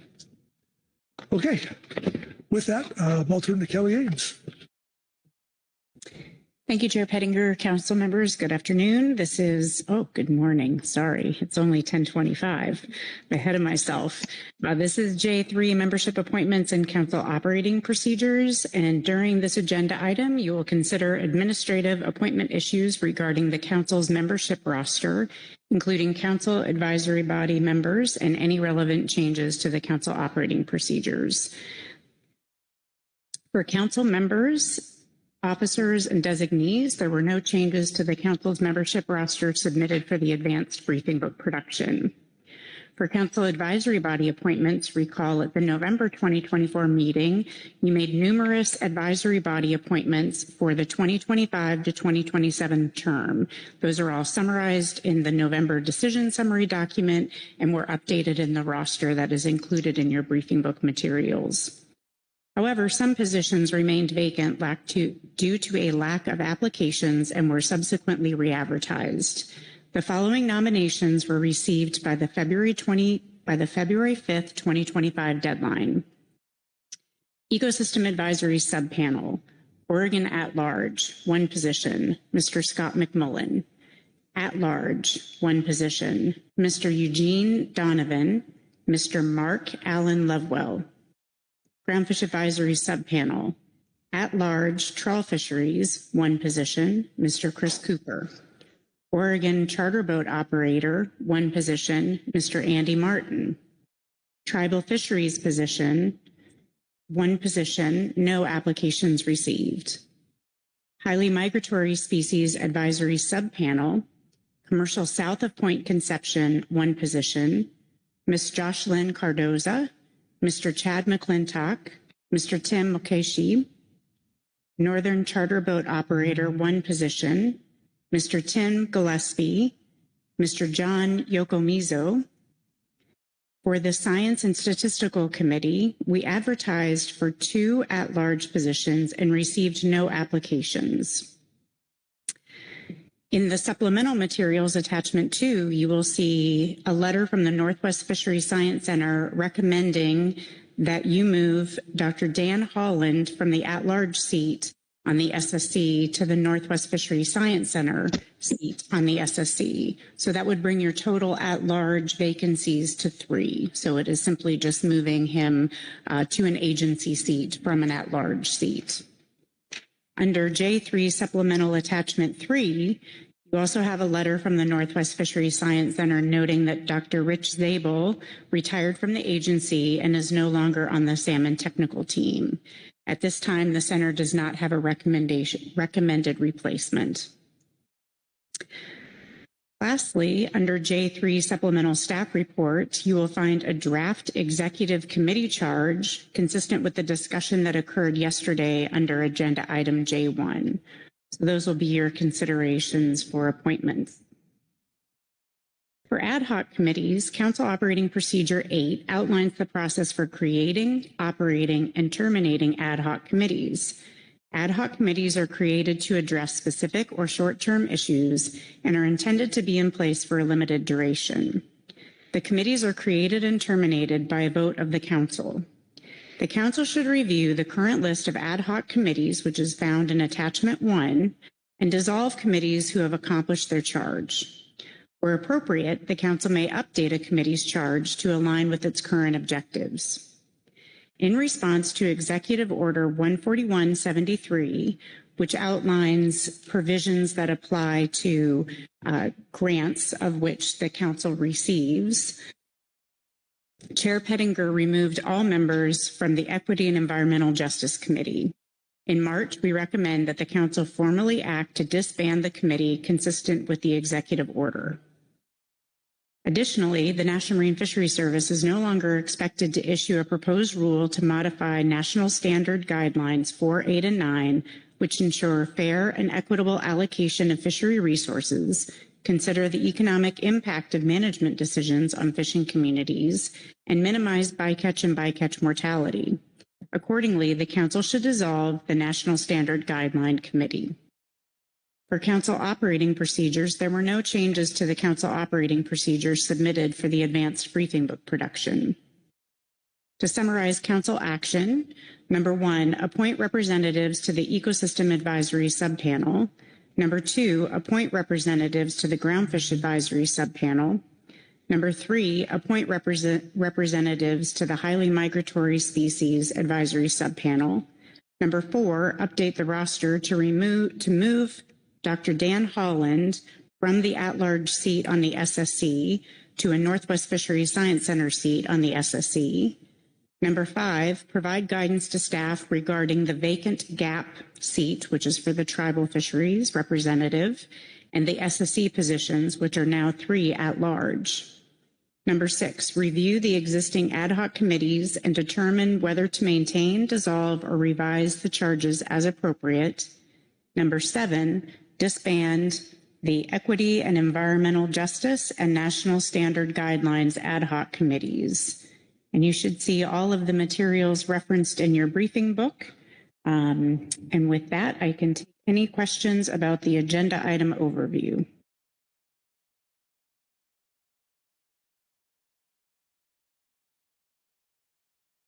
All right, thank you, Kelly. Questions on Kelly's overview? Right, very thorough. All right. Well, regarding the advisory panels, positions, any discussion needed here? All right, we'll see any. So with that, I'll, as far as appointment to the EAS, I'll look to Corey Ridings. Corey. Thank you, Chair. I have a motion.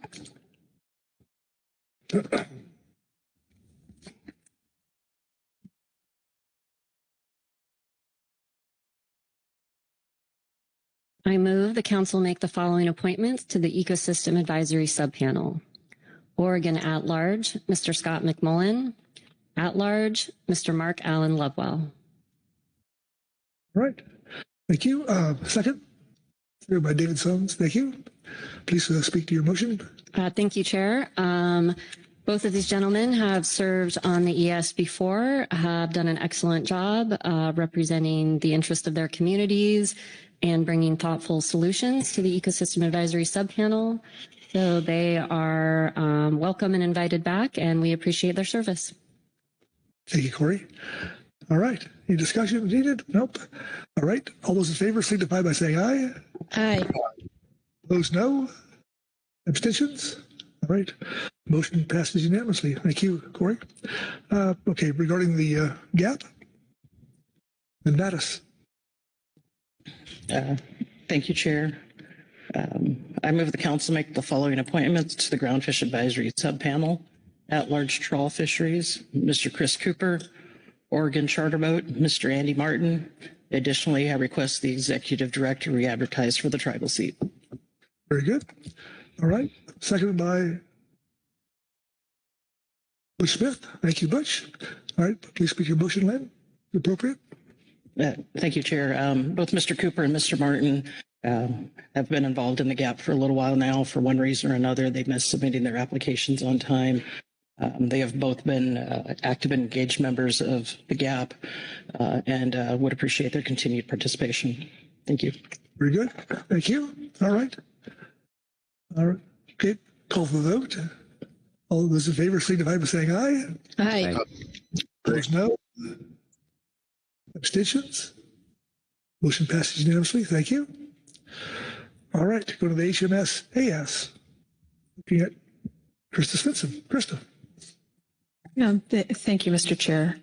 I move the Council make the following appointments to the Highly Migratory Species Advisory Subpanel, Commercial South of Point Conception, it's Josh Lynn Cardoza, and for Northern Charter Boat Operator, Mr. John Yokomizu.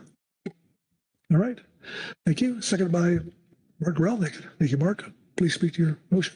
Yeah, thank you. I've known Josh Lynn for over a decade in the pole and line albacore fishery, and just in saying that, it's kind of amazing how time has flown. It's been fun to watch her grow both in HMS fisheries and in the management around them. So I want to thank her for really leaning into the council process as a public member for the last couple of years.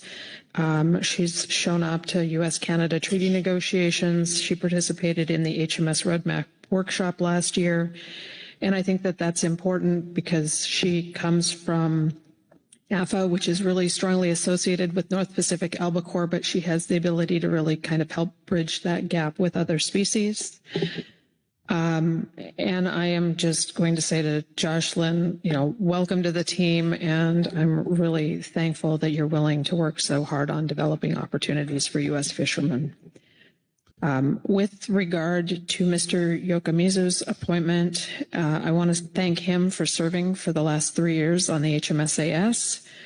And also note that it is important to have a Northern Charter Boat seat, especially considering we are expecting management actions on North Pacific albacore, which has traditionally been the species north of Conception, but we are starting to see Pacific bluefin being encountered increasingly north of Conception as well. So important to have that representation, and just in reaching out to advisory panel members, they have said that his contributions in the last 3 years have been helpful, and just to say thank you for being engaged in the process, and we hope to see more engagement like we do all of our members. So with that, I will say thank you for letting me make the motion, and congratulations, provided this moves forward. All right. Thank you, Krista. All right. See, with that, I'll call for the question. All those in favor signify by saying aye. Aye. Opposed, no. Abstentions? Okay, motion passed unanimously. Wonderful. Okay, so as far as I guess the number 4, providing guidance to the staff regarding the vacant gap in scientific statistical committee, I imagine we will, Ryan? Yeah, thanks. I don't think we need a motion here. I just wanted to support guidance to staff to update the roster to move Dr. Dan Holland from the at-large seat on the SSC to the Northwest Fisheries Science Center seat on the SSC. Thanks. Appreciate that. And I guess we're going to post the need for more applicants here as appropriate. Okay, moving down to ad hoc committees. I guess I'll open the floor for discussion. Okay, or a motion? Lynn Mattis? Thank you, Chair. I have a motion drafted that I think may lead to a little bit of discussion. Okay. I move that the council dissolve the following ad hoc committees: Cost Recovery Committee, Groundfish Electronic Monitoring Policy Advisory Committee, Groundfish Electronic Monitoring Technical Advisory Committee, Equality and Environmental Justice Committee, National Standards 4, 8, and 9 Committee. Then I think you said equality instead of equity. Equity and Environmental Justice Committee. Right. Reading is hard on day last. Hey. All right, and looking for a second. Second by Asia Sumillo. Thank you, Asia. All right, please speak to your motion as appropriate. Thank you, Chair. What I think led us to looking at all of these ad hoc committees was the executive order that Ms. Ames mentioned in her overview. And I will freely admit that when I first read in the briefing book that the EEJ committee has been disbanded, I can't say exactly the words I was thinking at the time, but I was dismayed, I was angry, was planning to come in here hot on that issue. Luckily, there was some time that passed, was able to talk to members of the EEJ committee and better understand that it's not that we're in favor, we want to no longer do this work, but there's some potential ties to our budget and our funding if we do not follow this executive order. I appreciate the folks who talked to me about that, talked me off that ledge to come in hot. Still disappointed we have to do this, but I think it's at the risk of some of our budget and funding. I think we need to disband this committee this time, hoping we can reinstitute it at some time in the very near future. As some of us discussed earlier in the week, we still do have the national standards that help with some of the work that committee was working on. And just because we don't have a committee doesn't mean we're not thinking about it as we move forward. On the National Standards 4, 8, and 9 committee, as Ms. Ames said, it sounds like NIMS no longer is planning on bringing those forward. Therefore, we don't need that committee. And then as we were looking at the ad hoc committees during the legislative committee discussion and some other discussions earlier in the week, we realized there were 3 kind of groundfish related committees that had not met in at least 5, if not more years. The Cost Recovery Committee and the GEMPAC and GEMTAC. Those committees seem to have concluded their work at the moment. Should the need arise in the future, we could reinstitute a similar committee. They just don't seem to be warranted keeping them on the books at this point. So those are my talking points for this motion. Thank you, Lynn. Okay. All those in favor signify by saying aye. Aye. Opposed, no. Petitions? Discussion? Discussion? You want to ask for discussion? Okay. Okay.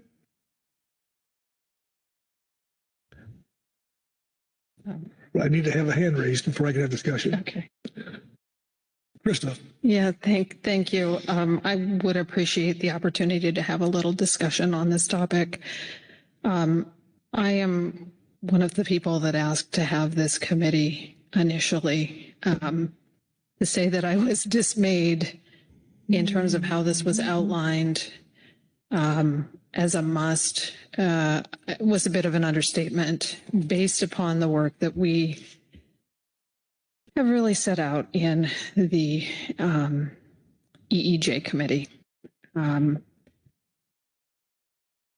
I've been a pretty strong advocate in that committee in terms of the need for having the work done with reflection in regard to small businesses, small scale ports, which with the exception of Seattle is every single port we have when you start looking at the economics. So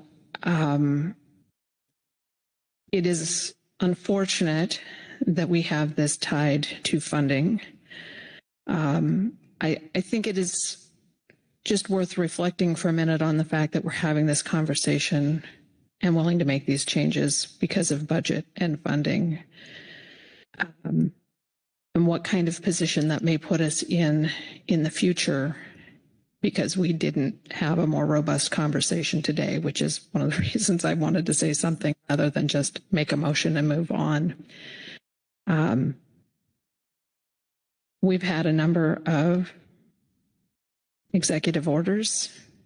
I think we need to have probably a more robust conversation moving forward on how we handle all of them, because sometimes this council has moved quickly and other times they have not.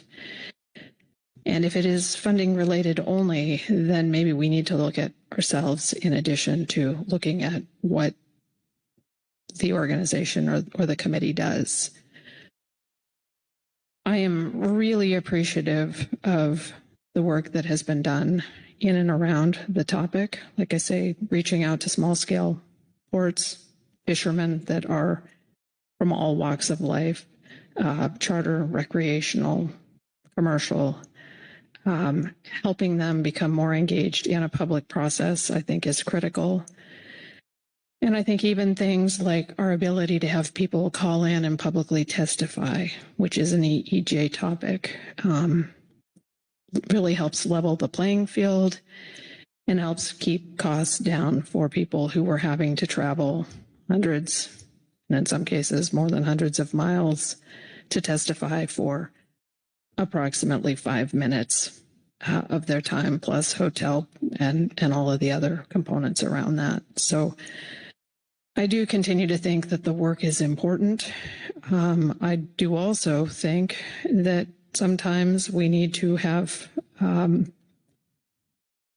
committees disband for a variety of reasons, and I'm extremely appreciative that we are using this opportunity to take a look at all of our committees and remove committees that really don't meet the definition of ad hoc in terms of short-term duration, that have not been meeting in quite some time. And I think all of the work that is done in those committees has the potential to come back to us, whether that's in June, whether that's 5 years from now.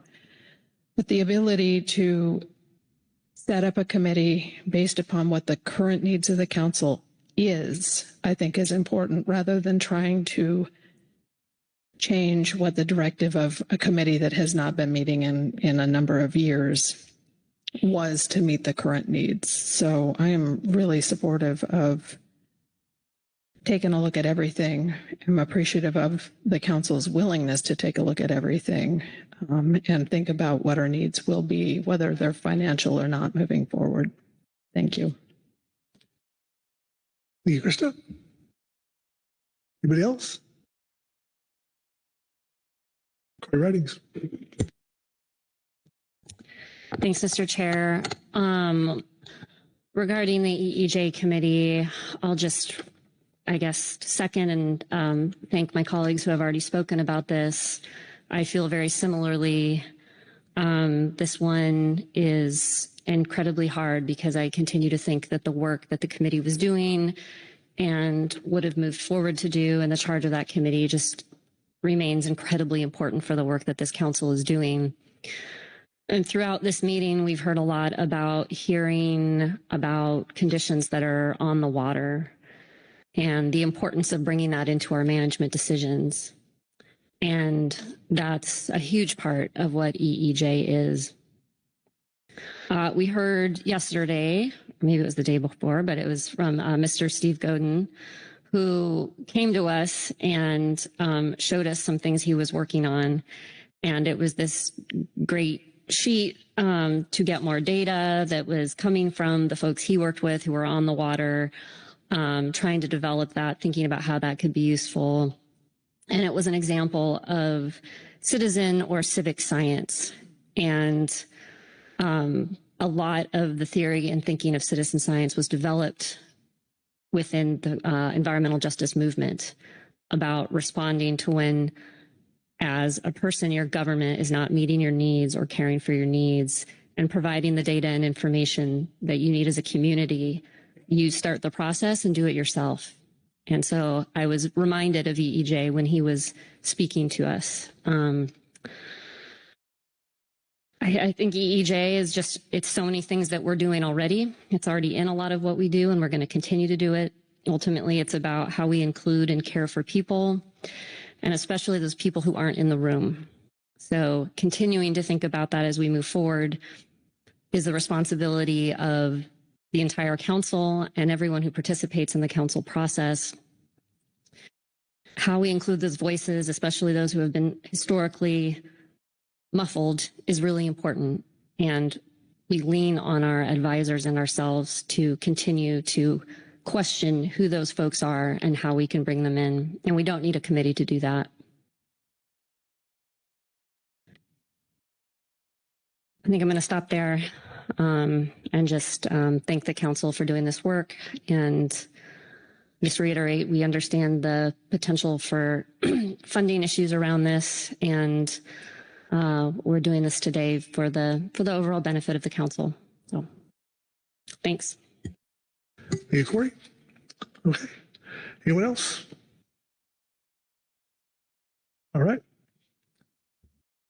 With that, I'll call for the question. Those in favor signify by saying aye. Aye. Aye. Opposed, no. Abstentions? All right. Motion passes unanimously. All right. Thank you. All right. And then I think the only thing we have left would be the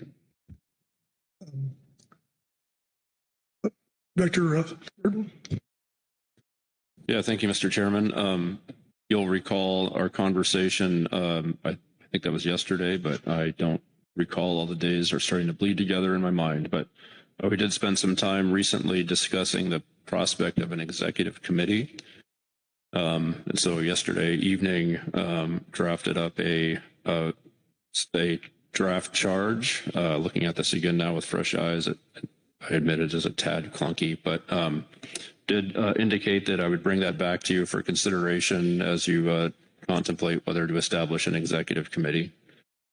Should you wish to establish one, it would become one of our standing committees rather than an ad hoc. So our standing committees right now are the Budget Committee and the Legislative Committee. And executive committees are also usually treated as a standing committee like those two are. One other thing of note, after looking at our COPs and also looking at doing some math to figure out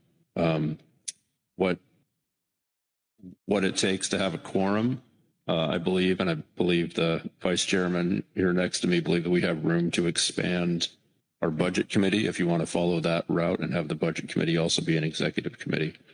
And I think that one additional person would not risk a quorum. So those are some thoughts for you. You have your draft charge. We do have the possibility of adding seats if you would like to follow that route and have the Budget Committee also play a dual role. We can establish a new committee or do nothing. And if we do nothing, then I would continue to, as needed, work with what we call the leadership team if there are any urgent matters. And, you know, perhaps if there's one of you that has expertise in something, I would call up one of you to help out too as necessary. So that's where we are, and I'm happy to answer any questions. Okay. Questions for the Executive Director Burton? John Ugertz. Thanks, Mr. Chair, and thanks, Executive Director Burton, for preparing the charge. After our discussion yesterday and thinking about it, I think the charge is consistent with what we discussed, and it lays things out succinctly and clearly. I do feel that, again, after that discussion, while I originally felt the Budget Committee could handle this, I think it's better to do it as a separate executive committee. And like I said yesterday, I think the membership of that committee would be appropriate to be the state agency representatives plus the tribes and NOAA fisheries and the chair of the council.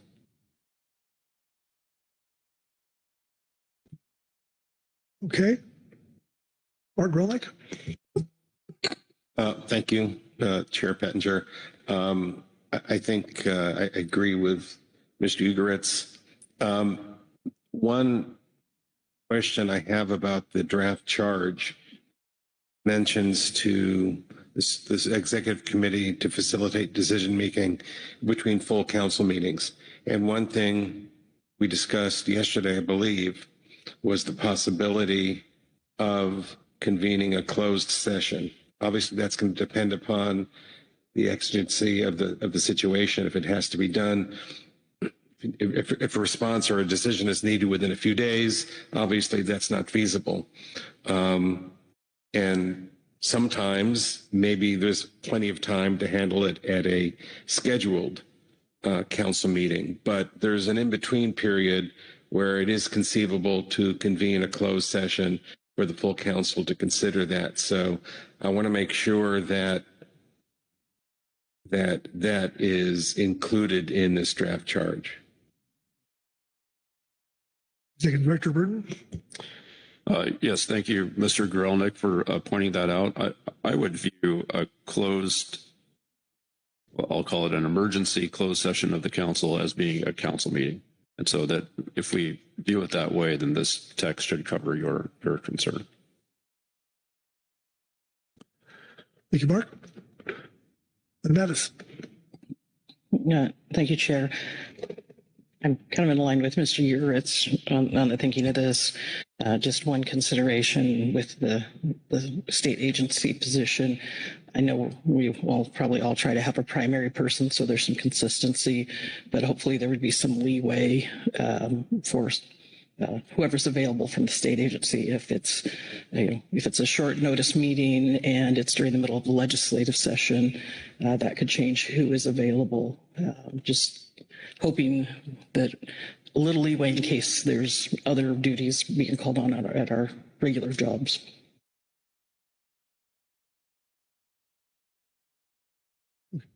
Okay. Anybody else? Asia, Shimura? Thank you, Chair Pettinger. This is a question for Merrick and about the charge.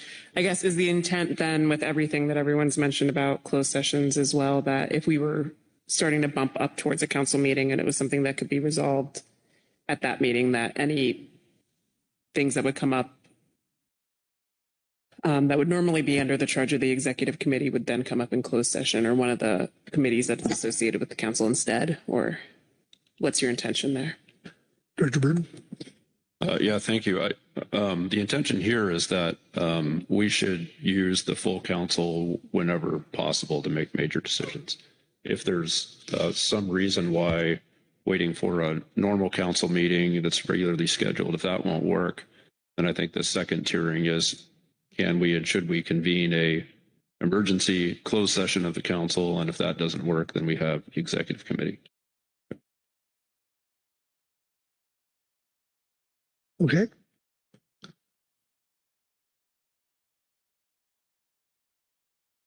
The discussion? Virgil Moore. Mainly a question. Action that needs to be taken here is approval of the committee charge and then approval of the committee structure. Are those one and the same, or?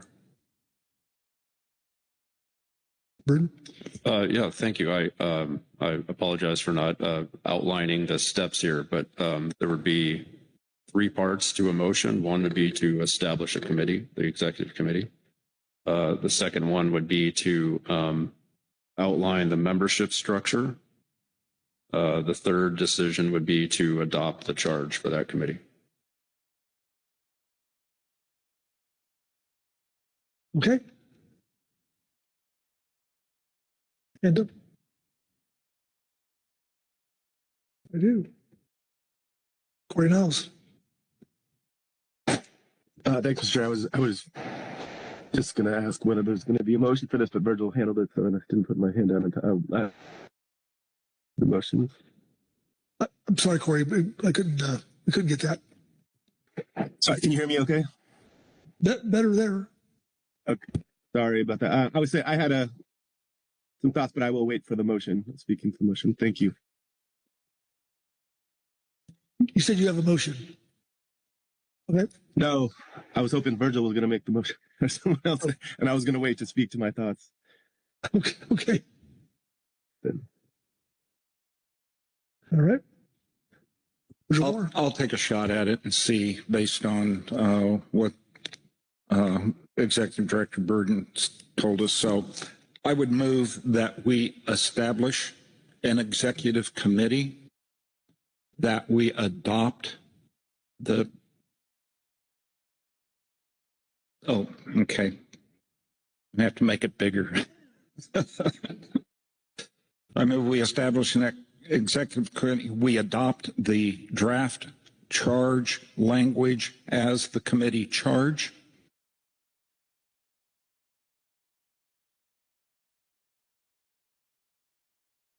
And I think I'll stop there and we can discuss as another motion the makeup of the committee. Okay, Virgil, is the accurate language on the screen accurate? Yes. Okay. Just a second. Seconded by John Ugritz. Thank you, John. Virgil, speak your motion as needed. I think we discussed this at length. I think the work for the charge and establishing the committee is pretty straightforward, and we get that done, then we can get on with the business of deciding how we're going to have the membership put together. Okay, very good. All right. Any discussion? All right, I'll call for the question. All those in favor signify by saying aye. Aye. Aye. Those no. Abstentions? Okay, motion passes unanimously. So, all right. We go on to about membership on the committee as far as what the structure as far as who would be on it. So, open floor for any more discussion. John? If you want to discuss, go ahead. Corey Ridings? Thank you, Chair. Yeah, in discussion, I was thinking about what John Ugaretz mentioned earlier, and I think he said very, very close to what I had in mind. The only difference, I think he mentioned the chair, and I might make the suggestion that we do the chair or the vice chair simply to provide opportunities if the chair or vice chair was unable to make that meeting, recognizing the rest of the positions are governmental and it's sort of a day-to-day, daily job thing for them. But for us appointeds, including the chair and the vice chair, we have jobs or other tasks or situations that might make us unavailable to do that. So just building in some flexibility there in case the chair was not available. Okay. What else? It's an interesting situation with the leadership. We dropped somebody off the leadership of the committee, but it is the direction you're going here. But I guess the quorum rules would necessitate that. Okay. Any more discussion? Do we have a motion? John Ugaretz? Thanks, Mr. Chair. I think I can hopefully pull this off.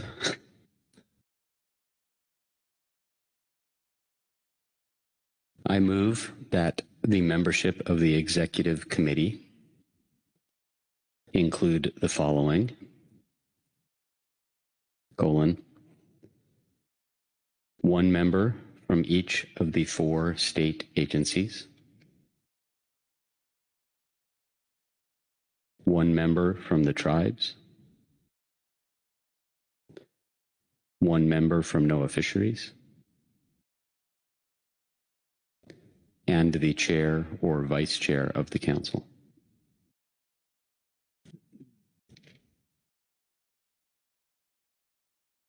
Okay. John, is the language accurate? Yes. Eric, you go. Oh, yeah. Dr. Burton? Yeah, just a question before we second this and iron it out. My understanding, an executive committee should be made up of council members, and some of the language could be interpreted to be more loose than that. Does that change your thinking?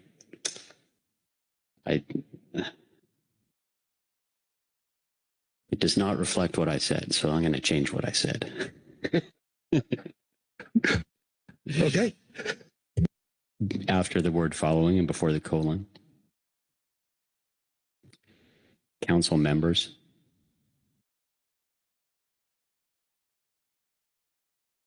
Okay, John? Now it reflects what I said. Okay. Looks good? It does. Thank you. All right, look for a second. Good by Lynn Mattis. Thank you, Lynn. All right. All right, John, speak to your motion as needed. Thank you. I think as we discussed yesterday and briefly today, I think decisions as envisioned in this charge are those that affect the council and its operations, and that this council is representative of the states, tribes, and NOAA fisheries, and this would be consistent with such emergency decisions. Okay. All right, John. And thank you, Corey, for including that in there just to cover. All right. Corey Niles? Sorry, Mr. Chair, I didn't mean to cut you off. No, you're good. Yeah, thanks. Just was going to speak in support of the motion, and I think I'll start with I hope we don't have to use this committee, and I think John used the term emergency. and that's kind of what I have in mind about what we would do, and use this for that's this issues of the utmost seriousness. We also want to go back to our discussion yesterday, and I'm going to first apologize to Butch. I think I overreacted to what he said, and leading to the thought that I hope that the executive committee, when they meet, it meets in a way where there is time for us agency folks to reach out to the council members from our states and get their perspectives. If this committee is dealing with some very serious things, then we want to know what Butch thinks and what Asia thinks, and I know Butch has as well as anyone, his perspectives come from the folks that he works with in a community that's broader than most of us are connected to. Same with Asia. So I really hope that hope we don't have to use this, and if we do, there's time to talk more broadly to folks that are on the committee. But thank you. Okay, thank you, Corey. Anyone else? All right, no hands. With that, I'll call for the question. All those in favor signify by saying aye. Aye. Opposed, no. Abstentions? All right, motion passes unanimously. All right, it takes us to the council charge, or the committee's charge, which is briefing book. Oh, we did? Oh, it was a twofer. Huh. Well, that's part of our council efficiency. Okay. All right. Kelly. Great. Thank you, Chair. Council members, I have received your appointments for the Ecosystem Advisory Subpanel, Groundfish Advisory Subpanel, Highly Migratory Species Advisory Subpanel. We intend to update the roster with those appointments, as well as update the SSC roster to move Dr. Dan Holland from the at-large seat to the Northwest Fisheries Science Center seat. I heard some discussion was specific in the motion from Ms. Mattis to re-advertise for the vacant Gap tribal seat. I understand from Mr. Sones, discussions with Mr. Sones, that they've got some folks that came and shadowed at this meeting. So hopefully we didn't scare them off and they'll be willing to put in their application. We also have the 3 at-large seats, and my assumption is you are going to want me to re-advertise to those and maybe try to take a different tact at some different outreach to see if we can't get some folks to put their names in for those positions. So I will go back, and I see head nods, so I'm assuming that is the task here.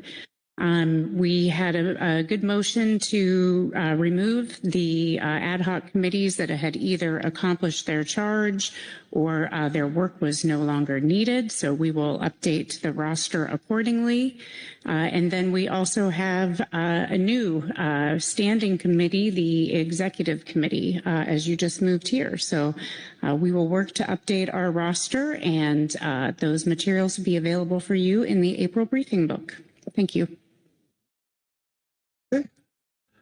Great work, everyone. All right. That takes us to J4. Future council meeting agenda and workload planning. So with that, I'll turn to Executive Director Burton to start us off here. Yes, thank you, Mr. Chairman.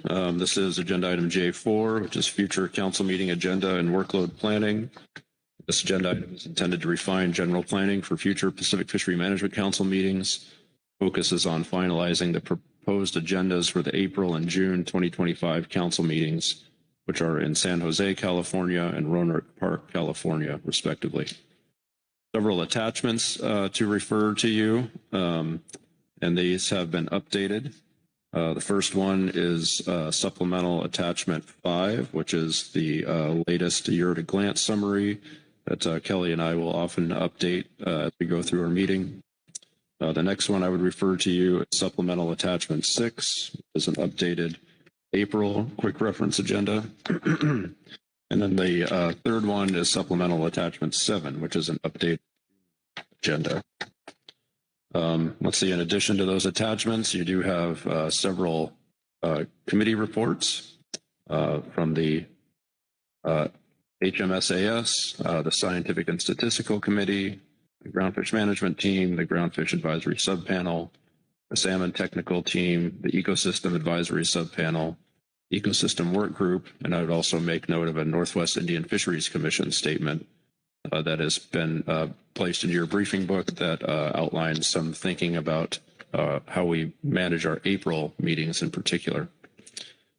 So I'm happy to take any questions, Mr. Chairman. Otherwise, I'll quickly orient you to the most recent attachment before we start to take up some of the committee reports.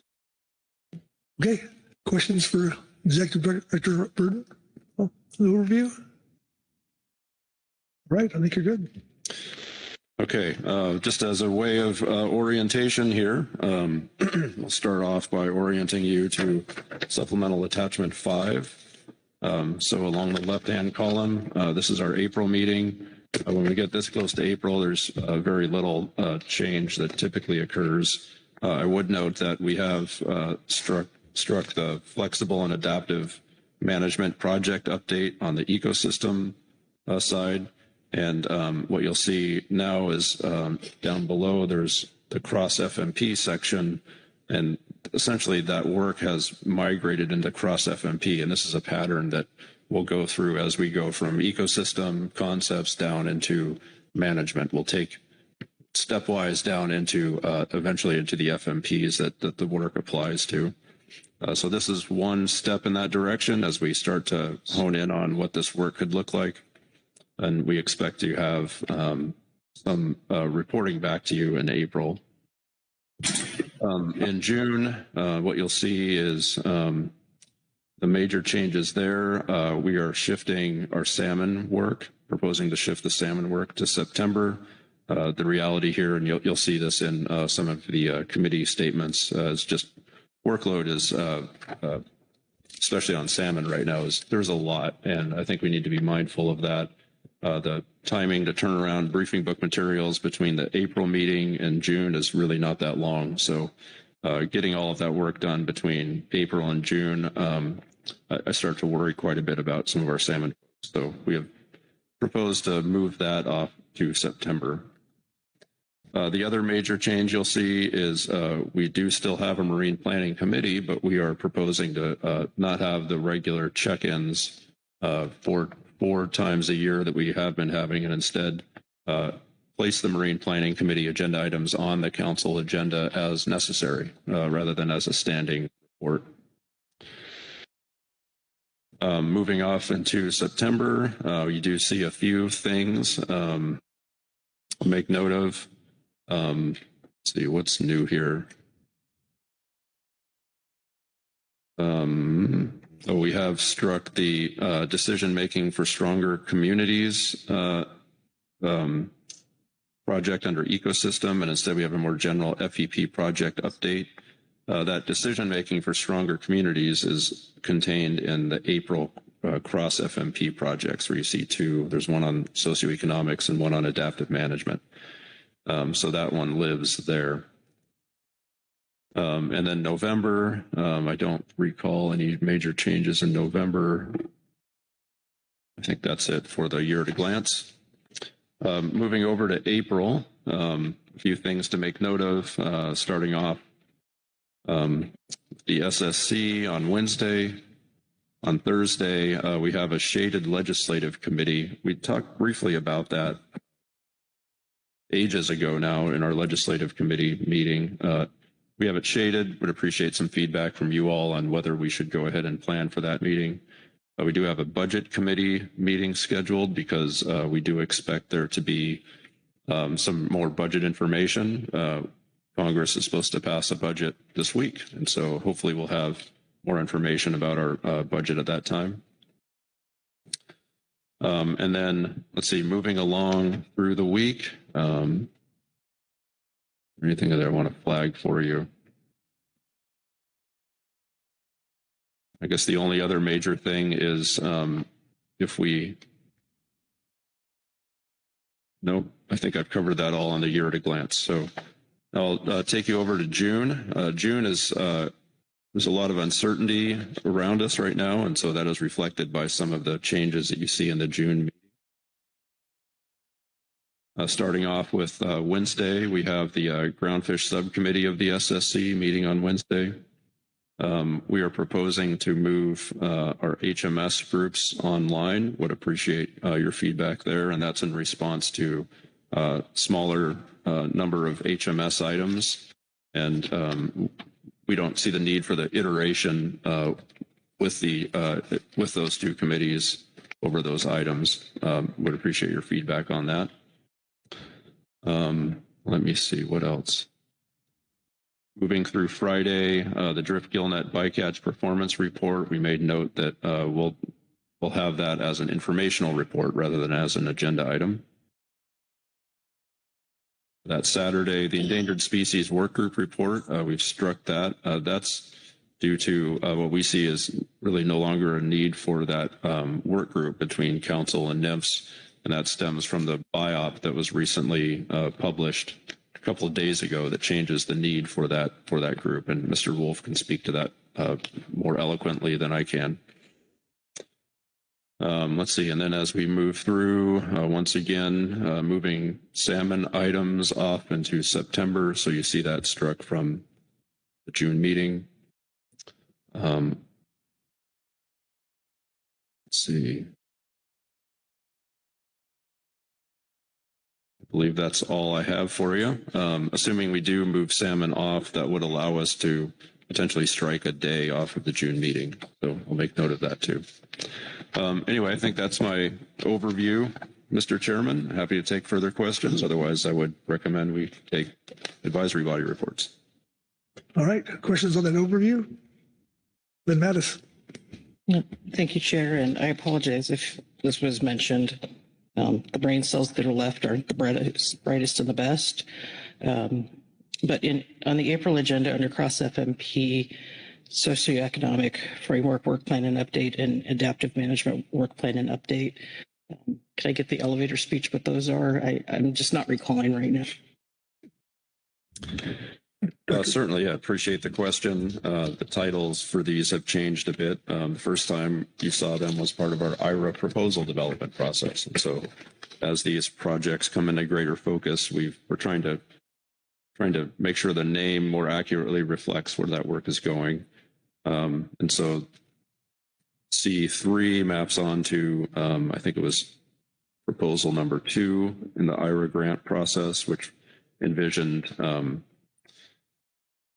the development of a tool that would help you all work through decisions in a way that contemplates social, community, and economic resilience and impact more than we're able to now. And then the next one, the Adaptive Management Work Plan and Update, that maps on to 1 and 3 a bit also, but this was a project where we're trying to figure out how to get better and more nimble at doing adaptive management. And so we have, and that came up during one of the groundfish discussion items was mapping onto that. So right now we have an RFP out on C3. And so we'll have that decided by the April meeting, like who our contractor is and where we're going to be going. And then C4 will have, it will be the next RFP we're sending out. We're almost there and we'll have more information about that work at that time. Thank you. I appreciate the additional details and apologies. It's late in the week and things just weren't matching up in my brain. Anybody else? Okay, with that, we'll go to the reports. I'll go to the GMT and Whitney Roberts. Whitney. Good morning, members of the council. My name is Whitney Roberts, and I'll be reading the Groundfish Management Team report on agenda item J4, the workload and, future council meeting agenda and workload planning. With regard to April 2023, Groundfish specific items are not scheduled to be on the agenda for the April council meeting, and the groundfish management team will not be attending the meeting in person. However, based on the proposed April agenda, the GMT would like the opportunity to provide comments on the research and data needs item, as that item impacts groundfish management work, in addition to potential comments on the council operations and priorities. The team has a half-day webinar scheduled on April 4th to facilitate discussion and report writing on research and data needs and COPs, and request that this meeting remain in place. And I should be clear, when I say COPs, I mean council operations and priorities. With regard to June 2025, the GMT recommends unshading all groundfish items currently on the year at a glance in June. The GMT reviewed the June agenda and provides the following thoughts on GMT workload prioritization of the agenda items. The GMT sees E3, adopt stock assessments for 2027-28, E5, intersector allocation review final, E6, stock definitions FPA, E9, 2027-28 harvest specifications and management measures planning, and E10, in-season management as our top priorities, and requests council guidance from the council to confirm these are the most important items for the team to focus on in June. Among those items, some may involve more GMT time than others. To prepare for the June meeting, the GMT requests a webinar be scheduled in May to discuss groundfish and other relevant items on the council's agenda. The GMT expects to work with council staff regarding which agenda items might be best suited for our webinar in an effort to optimize efficiency. Additional meetings. Members of the GMT may also be participating in a number of ancillary meetings and work sessions outside of the council meetings over the next several months, both as members of the GMT and as part of their other duties. Many of those meetings are part of the 2025 stock assessment cycle. A non-comprehensive list is found in Table 1 below. And that concludes the GMT report. Happy to take any questions. Okay. Thank you, Wendy. Questions on the GMT report? All right. I'm not seeing any. Thank you. Next up will be the SSC report, and Dr. Jason Sheff. Welcome.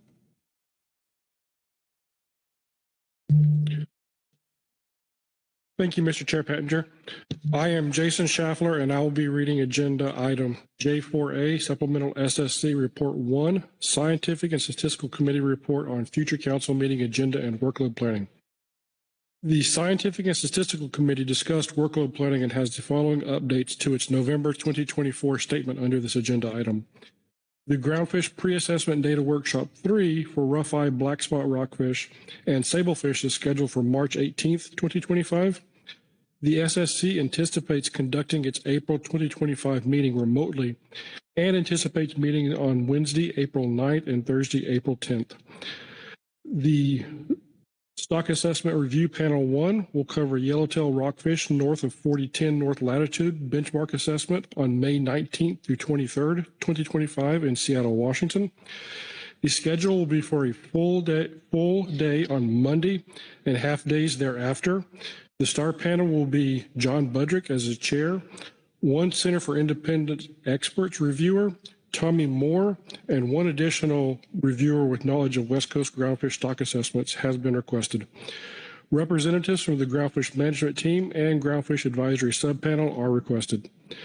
The SSC Groundfish Subcommittee should meet in person in Rohnert Park, California, to review update stock assessments for widow rockfish and yellow eye rockfish on June 11th, 2025, the day prior to the full SSC.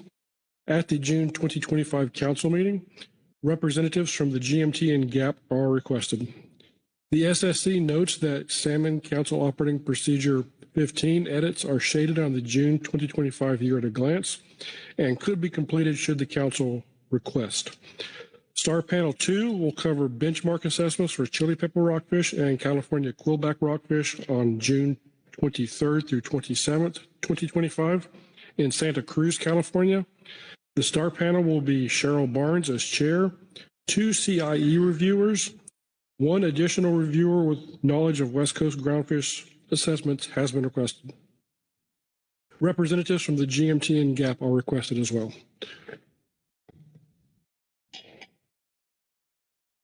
Apologies for the delay.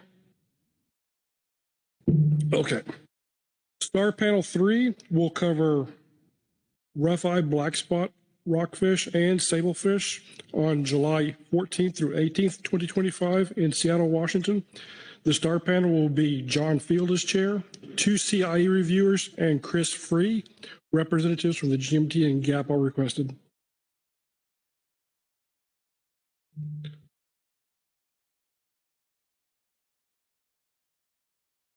The SSC Economic Subcommittee proposes conducting a review of the Trawl Catch Share Program review in advance of the September 2025 council meeting so that final action can address findings of the SSC Economic Subcommittee and SSC. This review should occur during summer of 2025.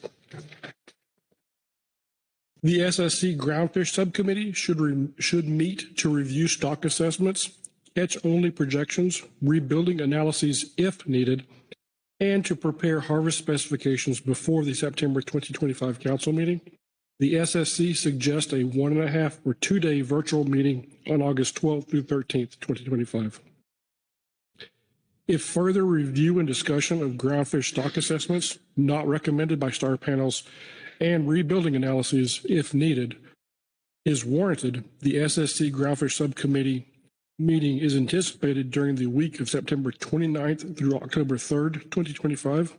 Depending upon the degree of complexity of any review materials, this meeting could potentially have a hybrid format.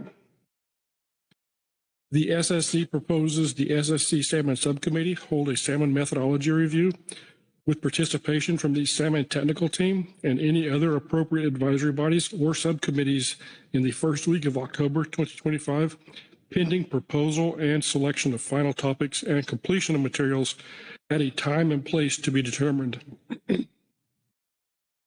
The SSC Ecosystem Subcommittee anticipates conducting its annual review of ecosystem status science topics in fall 2025 as a virtual meeting.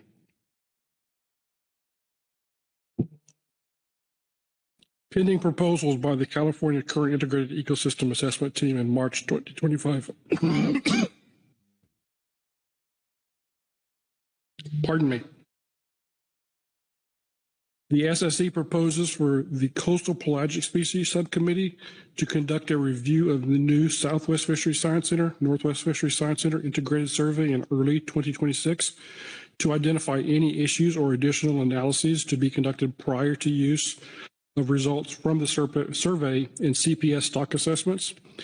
And given the considerable workload for the STT and the short window for review of the preseason 1 report by the SSC in March, scheduling additional review of this document for accuracy as well as potential trimming or consolidation of material should be completed outside the March council meeting.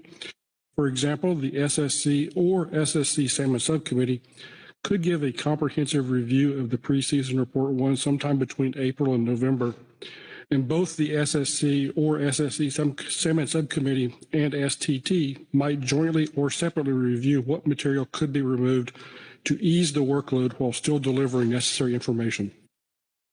And I would point the council toward a table on page 3 and 4 that contains these meetings, and that concludes the SSC statement. I would be happy to answer any questions. All right. Questions for Dr. Schaffler on the SSC report?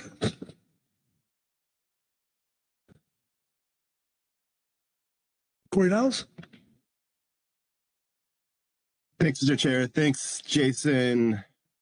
I'm guessing I know the answer, but I was wondering if you all saw the request for proposals on the stock assessment review of our stock assessment process in the briefing book. And if yes, whether you had any discussion on that. Thank you for the question, Mr. Niles. Yes, the SSC did see that in the briefing book. We discussed that in, I believe, our November statement, and I believe all of our considerations were addressed in that proposal and had no further comments on it. Yeah, thank you very much. That was not what I would have guessed, but appreciate it. All right, Corey. Thank you. Further questions? All right. Thanks, Jason. Okay, and excuse me, we should have went to Rob Jones in the tribal report. Her name wasn't down, so Rob.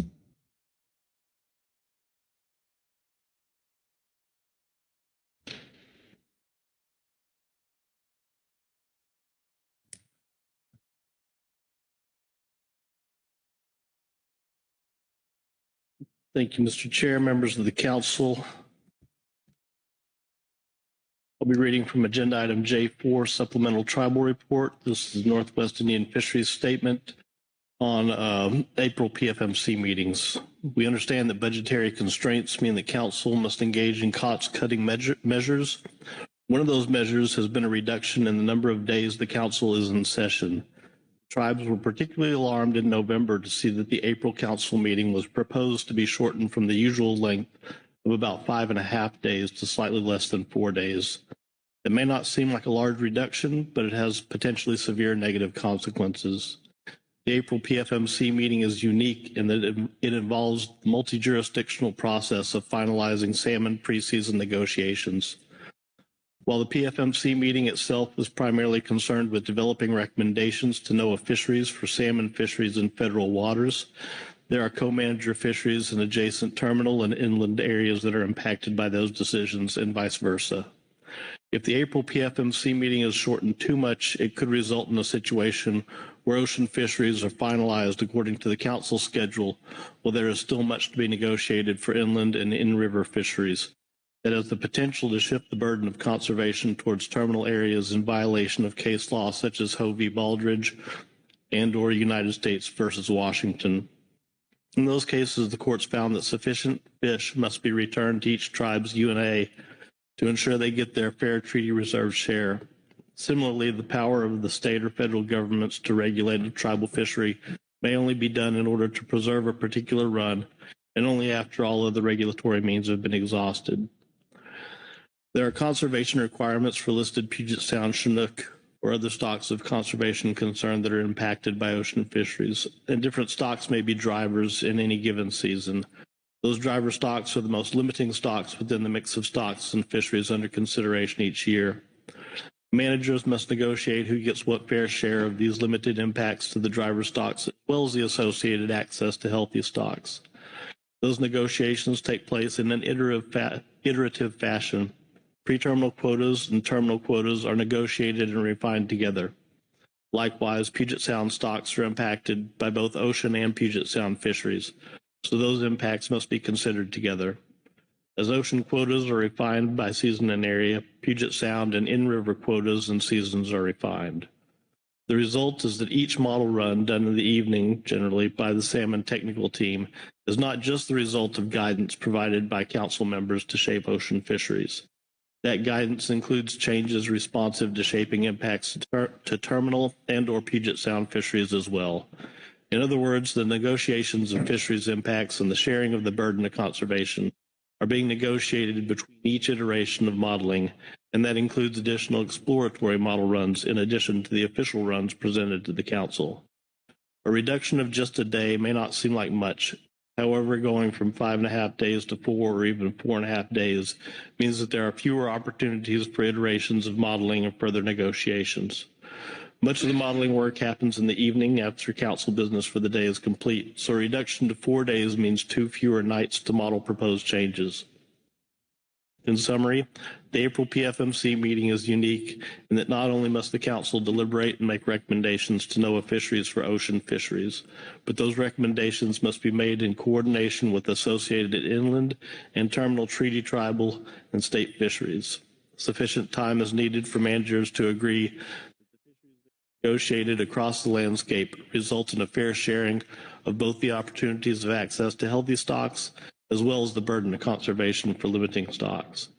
If there is a need to limit the total number of in-person council days over the course of the year, we suggest that keeping sufficient in-person time at the April PFMC meeting should be the highest priority.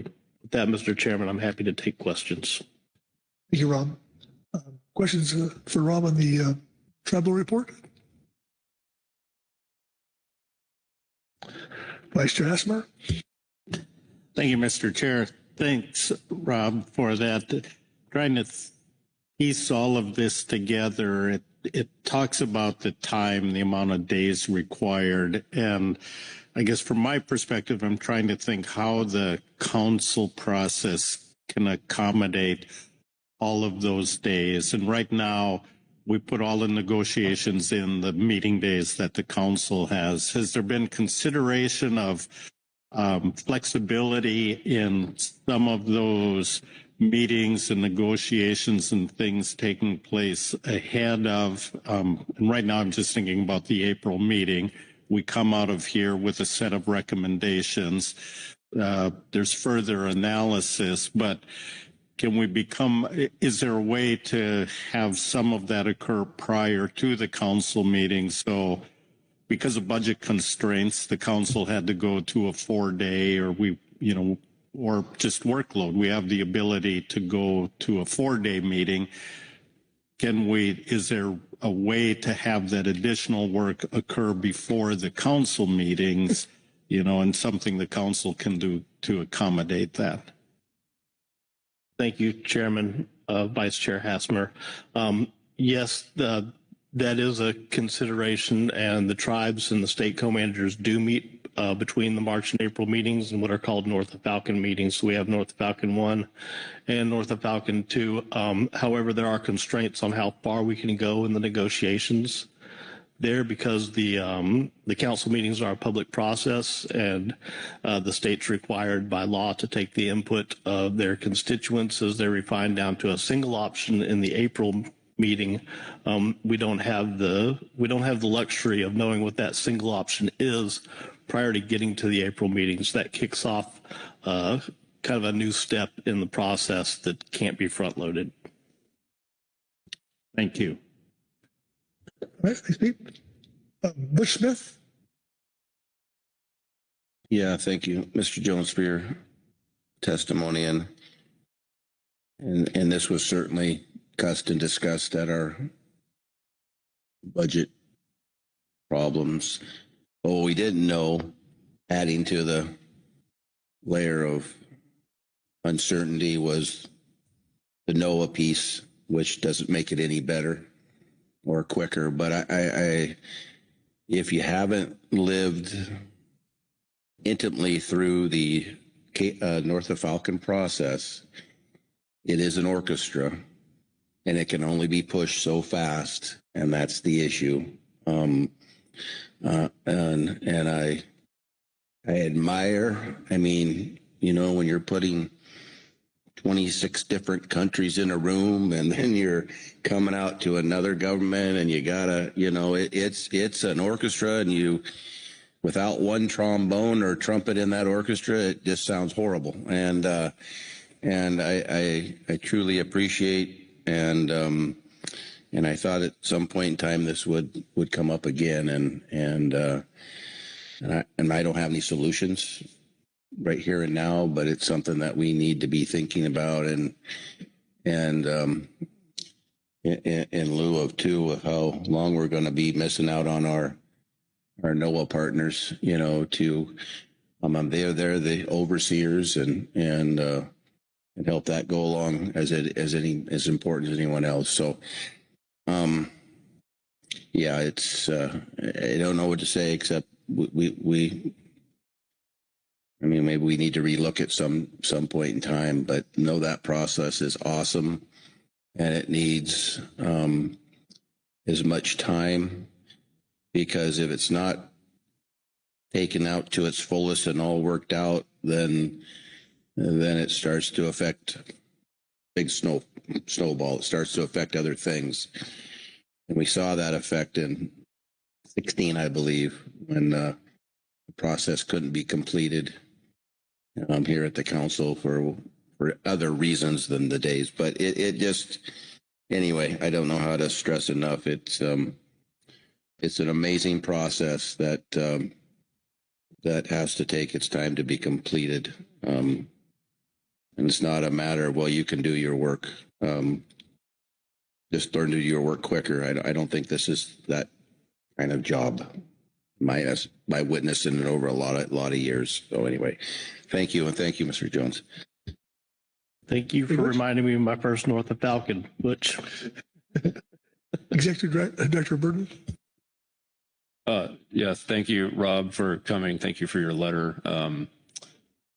You and I go back on groundfish. I didn't learn much about salmon until I took this job, and the more I learn about it, one of the things that really stands out is just the importance of of thinking about our process and the tribal and co-management process as parallel processes that need each other. And that's been made very clear to me. And so just want to stress that hear your message, and there's no desire here from my part to try to shortchange the good work that you all need to do. So appreciate your letter, and we'll keep working on it. Thank you for that. You, Mark. Anybody else? Okay. And Rob, so I didn't get you the first off the bat, so. No worries. Happy to take this in any order. Thank you, Mr. Chair. All right. All right. Thank you. Okay. That'll take us to the HMS-AS report and Mike Conroy. Mike?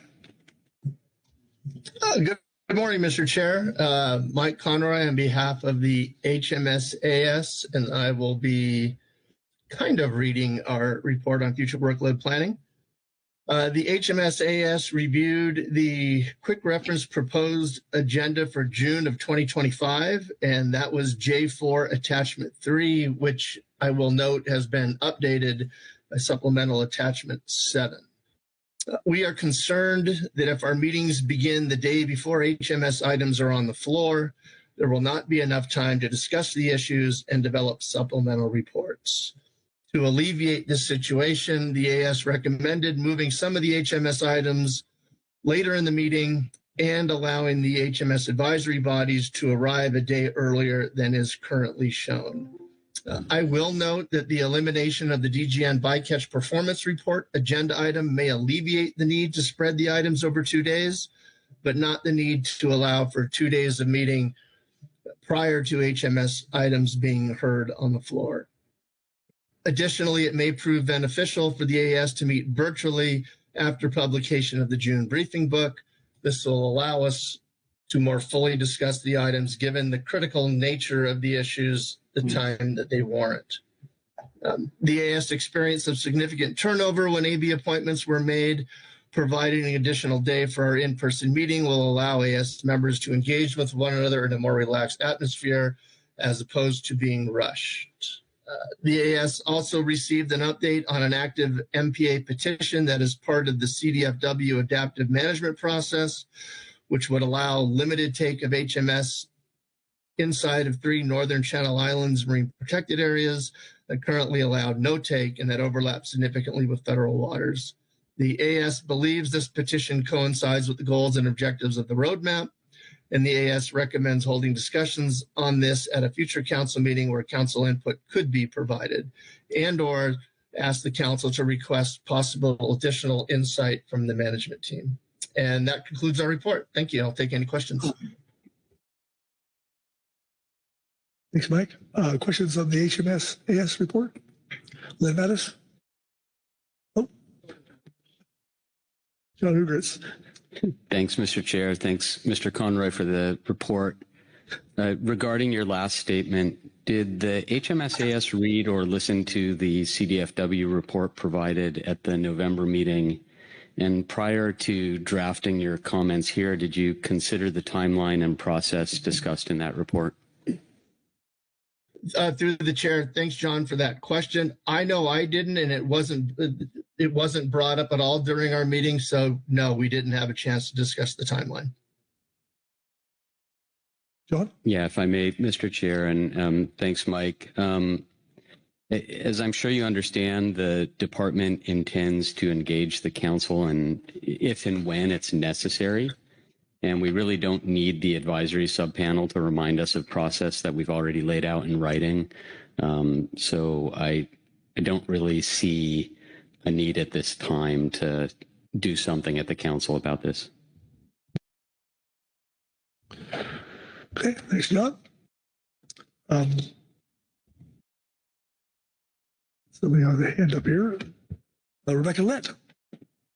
Thank you very much, Mr. Chairman, and thank you, Mike Conroy, for the presentation. I understand that there's been a change to the schedule to propose, as Merrick Burden mentioned, that the HMS-AS meet remotely during the June meeting.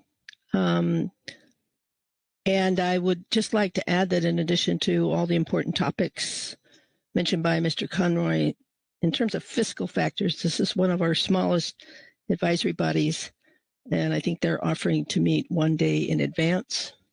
So I think it would be important for the HMS advisory panel to meet in person. Thank you. Okay. Thank you, Rebecca. Mr. Spencer? Yeah, thank you, Mr. Vice Chair. I have two related questions.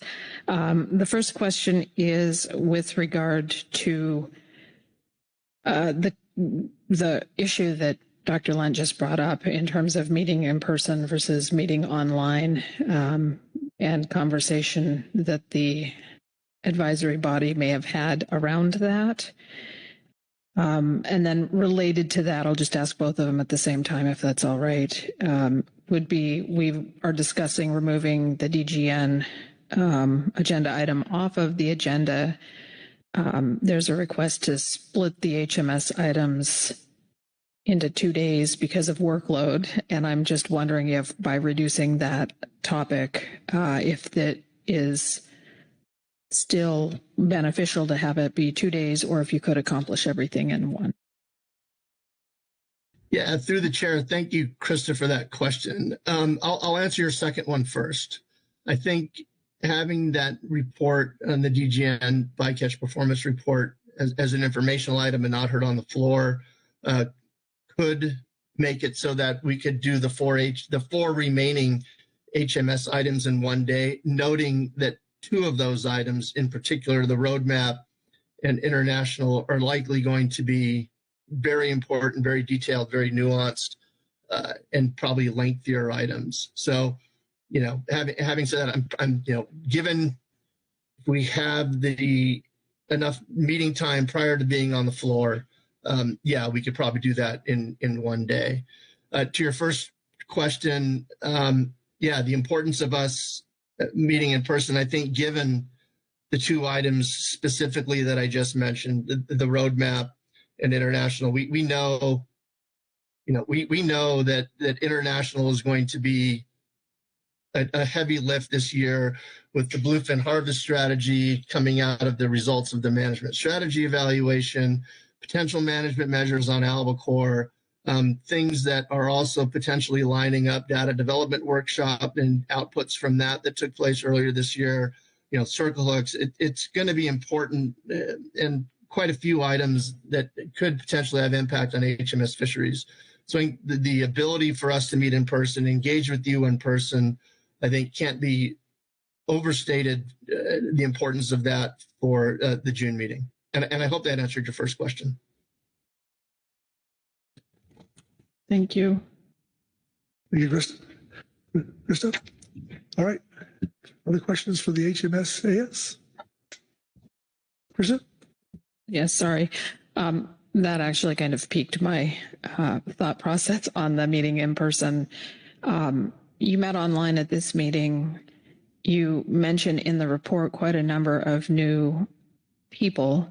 And so just, really trying to understand for the in-person versus online, kind of what the integration process is for getting all of these new folks in person, and how beneficial that would be for June. Yeah, through the chair, very much appreciate that question, Krista. It's, as you can imagine, meeting through a computer screen is not conducive to building the relationships that I believe are going to be necessary, to get this new version of our advisory subpanel, comfortable with one another. If I'm a newer member, I'm going to, probably not be as forceful in stating my opinion for fear of not wanting to say something that may not sound right, for the lack of a better word. I think, building that trust, the ability for us to see each other, engage with one another, have conversations on the side about things that may not be related to HMS, but just to build that trust and that rapport. I think the importance of that is integral to the function of the AS moving forward. We saw the challenges associated with meeting remotely. In this meeting, we didn't have opportunities to comment on documents that weren't available to us when we met. So, being able to have that, the ability to be nimble and to be able to engage with you on these important items, I think is important as well. Thank you. Thank you, Krista. Anyone else? All right. Thanks, Mike. Roger that. Thank you. You bet. Next up will be the GAP report and Susan Chambers. Susan. Good morning. Thank you, Mr. Chair Pettinger and council members. Excuse me. My name is Susan Chambers, and I will be reading GAP Report 1 on future council meeting agenda and workload planning. The Groundfish Advisory Panel considered the preliminary agendas and the progress made on groundfish items at this meeting, and we recommend the council postpone anything that is not urgent or that will not directly impact the groundfish fishery at this time. The GAP is concerned that outside influences such as budgets, staffing levels, policy mandates, or other items may create confusion about what can be accomplished. Streamlining the process by eliminating some of those agenda items now will likely lead to efficiencies for both the council family and the seafood industry.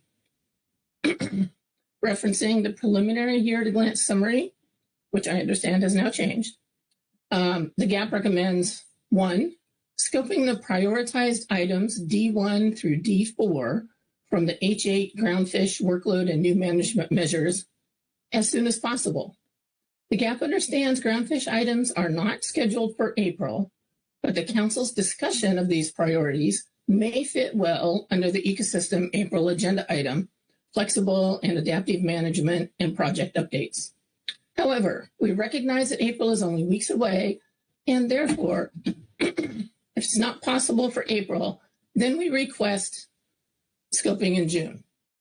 While the items contained in the H8A GAP Report 1 are groundfish focused, this issue affects fishermen and businesses across all sectors and fisheries who have not been able to fish for salmon or other species due to closures or management changes.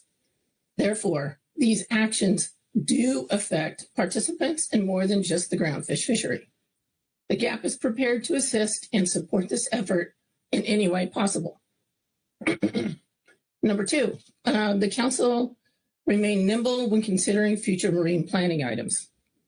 It's currently shaded and crossed off for the rest of the year, but aquaculture or offshore energy concerns, items competing for ocean space or may affect marine waters, may come up at any time during the year. And number 3, unshade the trawl catch share review for September. The GAP understands the trawl catch share hearings will have been held by then and looks forward to identifying issues out of that review that could make the trawl industry more efficient and profitable. Thank you, Mr. Chair. That concludes our statement, and I'm happy to take any questions. All right. Thanks, Susan. Questions on the GAP report?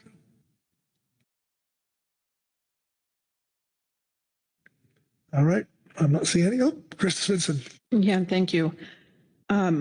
This is a general question, Susan, and I don't know that this was discussed, but you do make mention of if we were to add scoping in June, that would be preferred if we can't do it in April. There are already quite a number of topics already on the schedule in June for groundfish. And I'm just wondering if there was discussion about what would potentially need to come off in order to make room for this topic. Thank you, Ms. Svensson. Through the chair, we did not discuss that because, the last time we met was 2 days ago, and, the preliminary year at a glance, there were still some questions about what would be on it.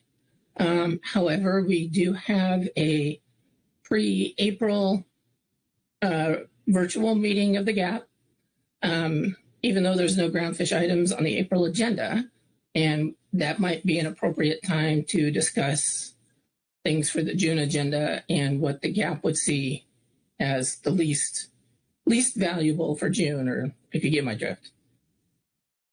No, and I appreciate that. Thank you. I know it's very difficult to pick children, but I fear that we are all coming to the point where we're going to have to pick children. So just asking if that had come up and appreciate the response. Thank you. Thank you. Thank you, Chris. Anyone else? All right. Seeing no hands. Thank you, Susan. Thank you. Next up will be SDT and Alex Safik. Alex.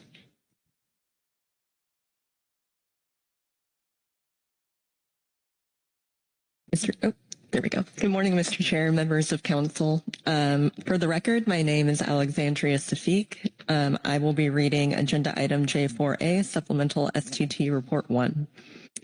The Salmon Technical Team has discussed the intersection between the Pacific Fishery Management Council, PFMC or Council, salmon schedule and process, and workload capacity. The discussion focused on assessment of the team's capacity to take on additional technical work during pre- and post-salmon season periods. As part of the pre-season salmon process, the STT works under short deadlines to assemble and publish the review of ocean salmon fisheries document and the 3 pre-season reports, Pre-1, Pre-2, and Pre-3. Each report requires considerable coordination between regional, state, federal, and tribal technical teams to complete. Beginning in December, team members coordinate with state and tribal managers to gather post-season data to complete the review document, and also coordinate with regional, state, and tribal biologists to assemble salmon stock forecasts needed to complete Pre-1 prior to the council meeting in March. At the March and April council meetings, the STT works closely with the Salmon Advisory Subpanel, SAS, and coordinates with co-manager technical teams to produce model runs focused on council guidance for ocean salmon fisheries. When the STT receives council guidance for fishery analysis, the modeling and analysis take at minimum 6 hours. These tasks often result in consecutive 18-hour workdays.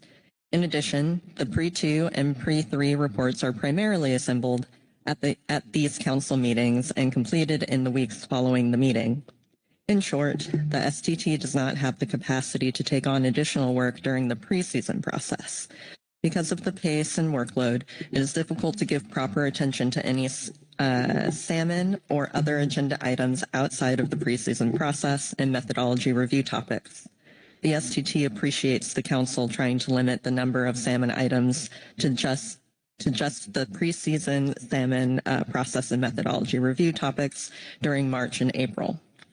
Outside of the council's salmon pre-season process, STT workload can scale significantly depending on the number of topics or content under review for the methodology review in the fall. Additionally, STT members have been increasingly engaged in ad hoc work groups and other salmon-related tasks, including risk tables, council operating procedures, research and data needs, etc. While these topics may serve an important role in salmon management, the workload associated with these tasks reduces our capacity to proactively focus on developing or improving harvest models, abundance forecasts, and management tools used for salmon assessment. While the STT remains fully dedicated to supporting the council's process, the team wants to highlight the significant challenges it already faces in balancing core responsibilities as the council considers additional analyses, reviews, development of new tools, or other salmon management items that may further increase the team's workload. And that concludes our report. All right. Questions for Alexandria on the STT report?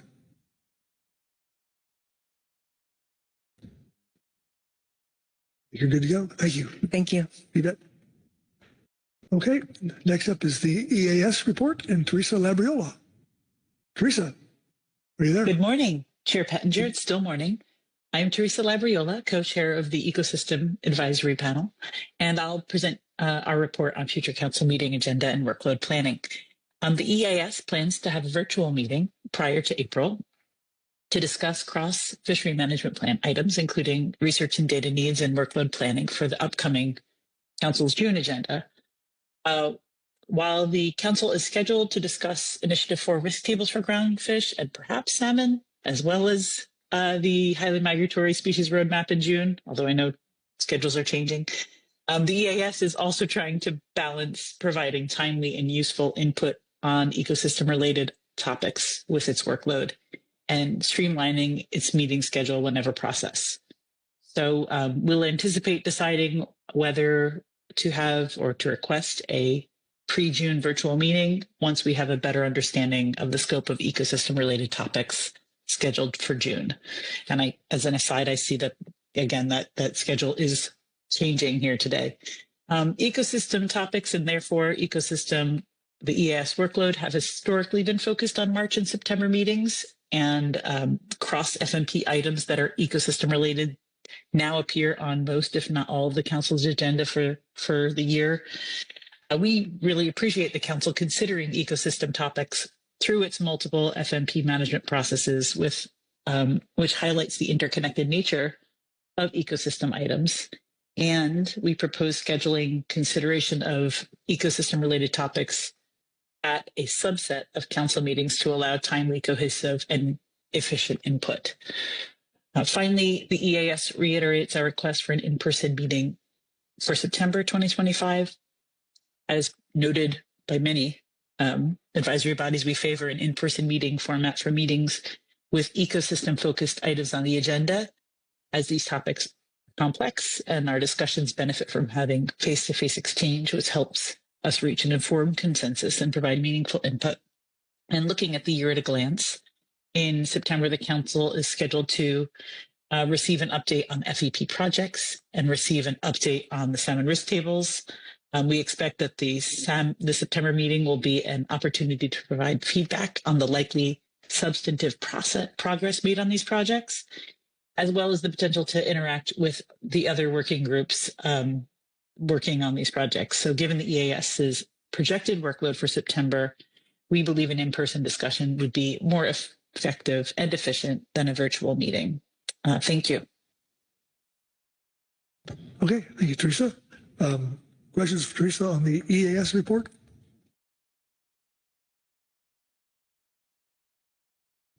All right, I see no hands. Thank you, Teresa. All right, and last but not least is the EWG report, and Dr. Tommy Moore. Yes, thank you, Mr. Chair, and good afternoon. And today I'll be reading from agenda item J4, EWG Supplemental Report 1.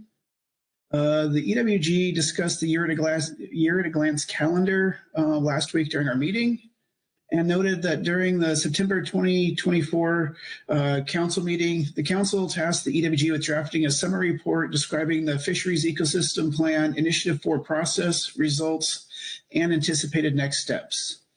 There was no initiative 4 check-in during the March meeting, and it was the EWG's understanding that this would occur in September 2025. The EWG asked that an FEP Initiative 4 agenda item be added to the September Council meeting agenda. Given that we also note that given the groundfish risk tables developed in parallel with the benchmark stock assessments will be first presented to the Council at the September meeting, we are not sure that the results and next steps will be clear by the time the EWG adjourns in September. The EWG appreciates the robust discussion the Council had regarding the California Current Integrated Ecosystem Status Report review topics. The SSCES review of the science topics as detailed in the FEP is one of the Council's biggest outcomes for a small annual investment because it ensures that the entire enterprise moves forward and remains focused on how ecosystem and social data can be used in management. In recent years, the SSCES review has occurred via webinar following the September Council meeting in acknowledgement of the already challenging workload of the SSC in September. The SSC review helps to keep the ESR within a frame of scientific information and analyses that are useful to the Council.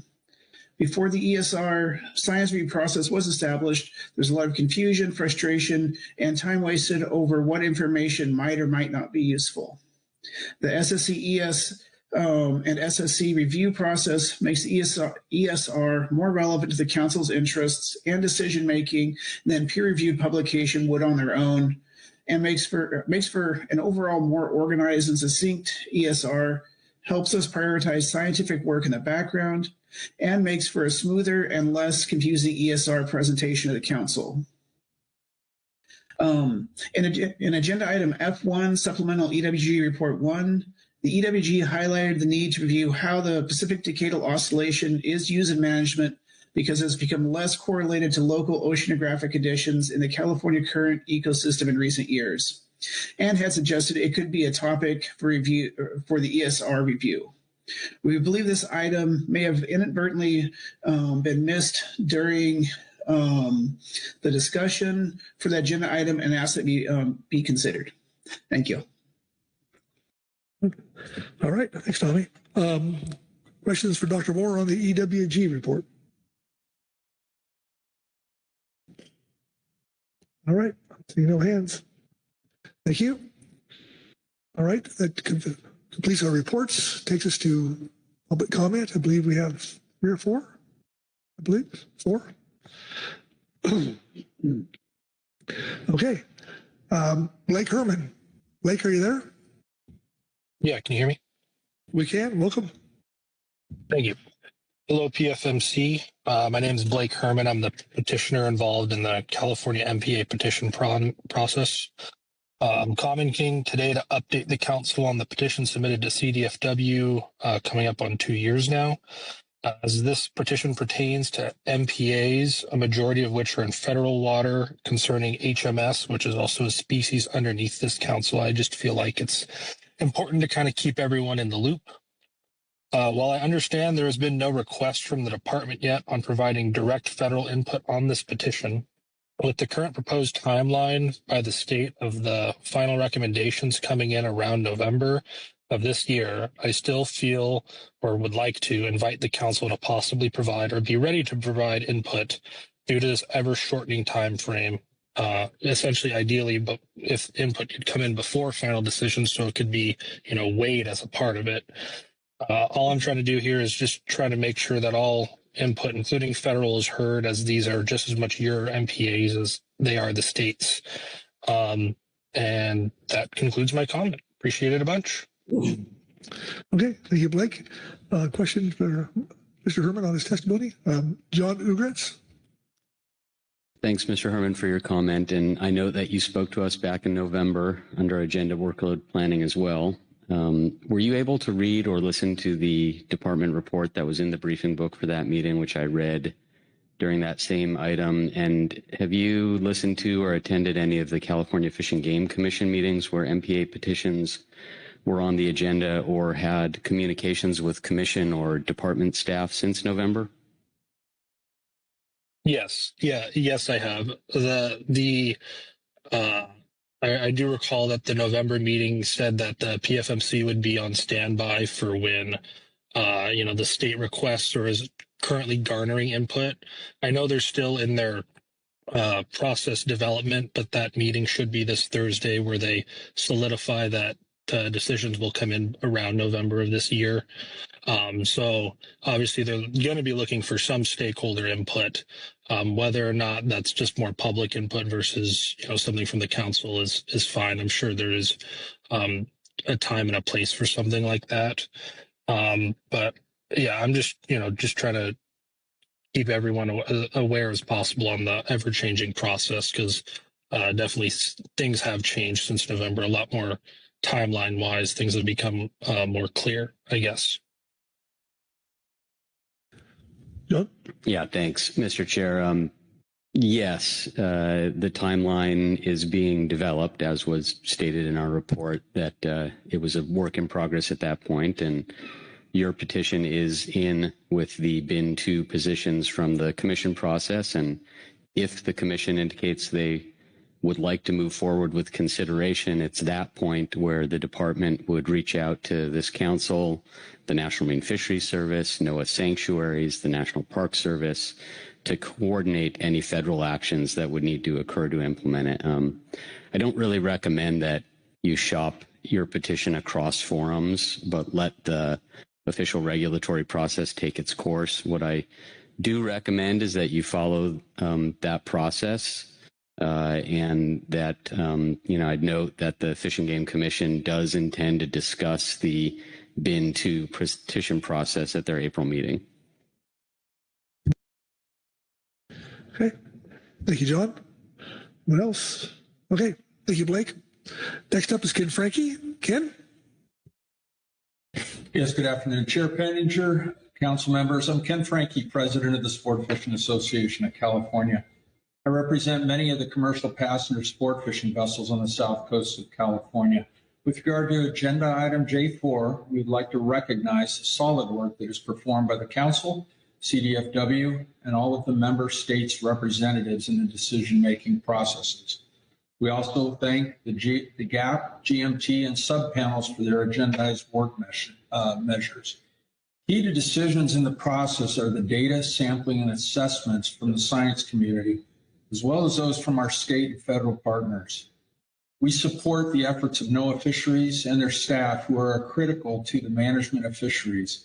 Without their efforts, it would be a difficult situation to attempt to manage resource access and the jobs and activities stemming from that access. We need more assessments, not less. Much is at risk at this point. As an example, the Cal Coffee cruise is scheduled to leave in a few weeks. Cal Coffee, as you know, is a critical data source. They've already lost 3 federal technical staff positions for the cruises and are looking for alternative funding to fill the spots. These data collection projects make personnel and the organization need personnel and the organization to drive them. This message was carried to Congress through a recent delegation we participated in, coordinated by the Pacific States Marine Fishery Commission. Thank you to Corey Ridings and Butch Smith for their efforts with this team to recognize the critical importance of the data collection and the Council process to Congress.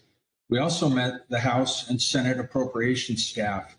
This effort resulted in their understanding of the importance of fisheries management processes at all. This leads to a recommendation we'd like to present. It is intended to provide information to the Department of Government Efficiency regarding the need for thoughtful review of the role National Marine Fisheries Service plays in the process and ultimate impact they have on jobs and sustainable resources in the future.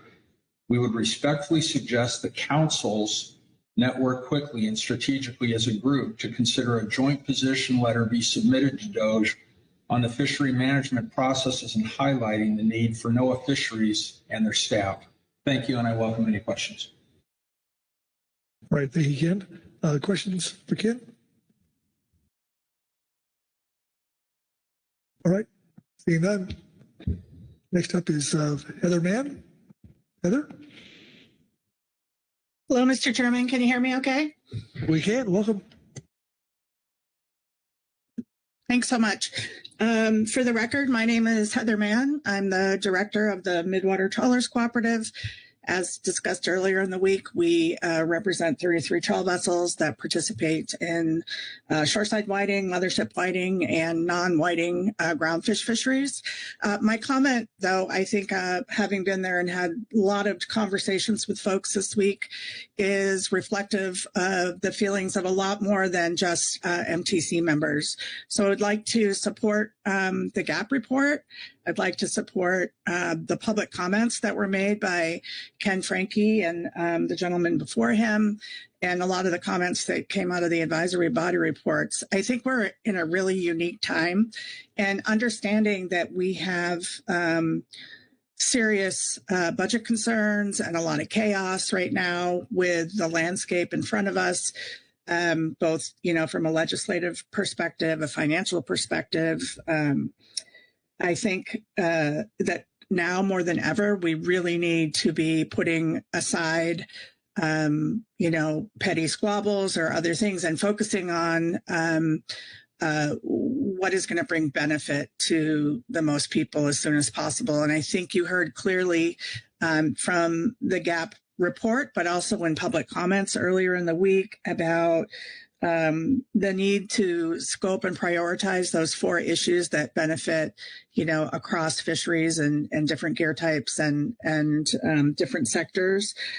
And thinking about a little discussion that was held earlier about timing and, what could come off the June meeting in order to allow scoping to happen in June if it can't in April, I would actually suggest doing this scoping in April, having the GAP do their work on the pre-meeting for our have a pre-meeting before the April meeting where they can do the scoping. I think you've heard from them and others their willingness and commitment to actually doing a lot of this work outside the process to help be prepared to make that process efficient and assist with the staff and others. And many of us, some of us much longer than others, actually started on the council staff, me more than 20 years ago, but, you know, others at NIFS and from Coucil. And I think we do have the expertise to help provide some meaningful documentation to ease this process with this sort of time crunch. And I think moving this forward in that fashion, I mean, I think it's really responsive, I believe, to what we've been hearing from so many different people. A lot of the stuff you've been discussing over this week is important, but a lot of it becomes moot if we start losing our fisheries in different sectors, and that becomes something that just can't be sustained, right? So I think, you know, focusing on these things that can provide real flexibility across harvest strategies and whatnot is critically important. And I think, again, that you heard a commitment from several of us to be standing by and ready to help. So I hope that the council will give serious consideration to that or something along those lines. And then I would add that if, you know, while the GAP won't be meeting at the April meeting, if this is a topic on the agenda for the council based on being informed by a webinar prior to, that many of us will make it to attend that meeting and participate regardless if the GAP is there or not, if that makes sense. So I'd be happy to answer any questions, but really wanted to chime in with a thank you to Asia and others who really talked about the importance of this a couple of days ago. And of course, the amazing work that's been done by the GAP. Happy to answer any questions. Thank you, Mr. Chairman, and thanks everybody for your work this week. Okay. Thank you, Heather. Questions for Heather? Okay. I'll see your hands. Thank you. Thanks. Next up is Jeff Lackey. Jeff? Yes, thank you. My name is Jeff Lackey.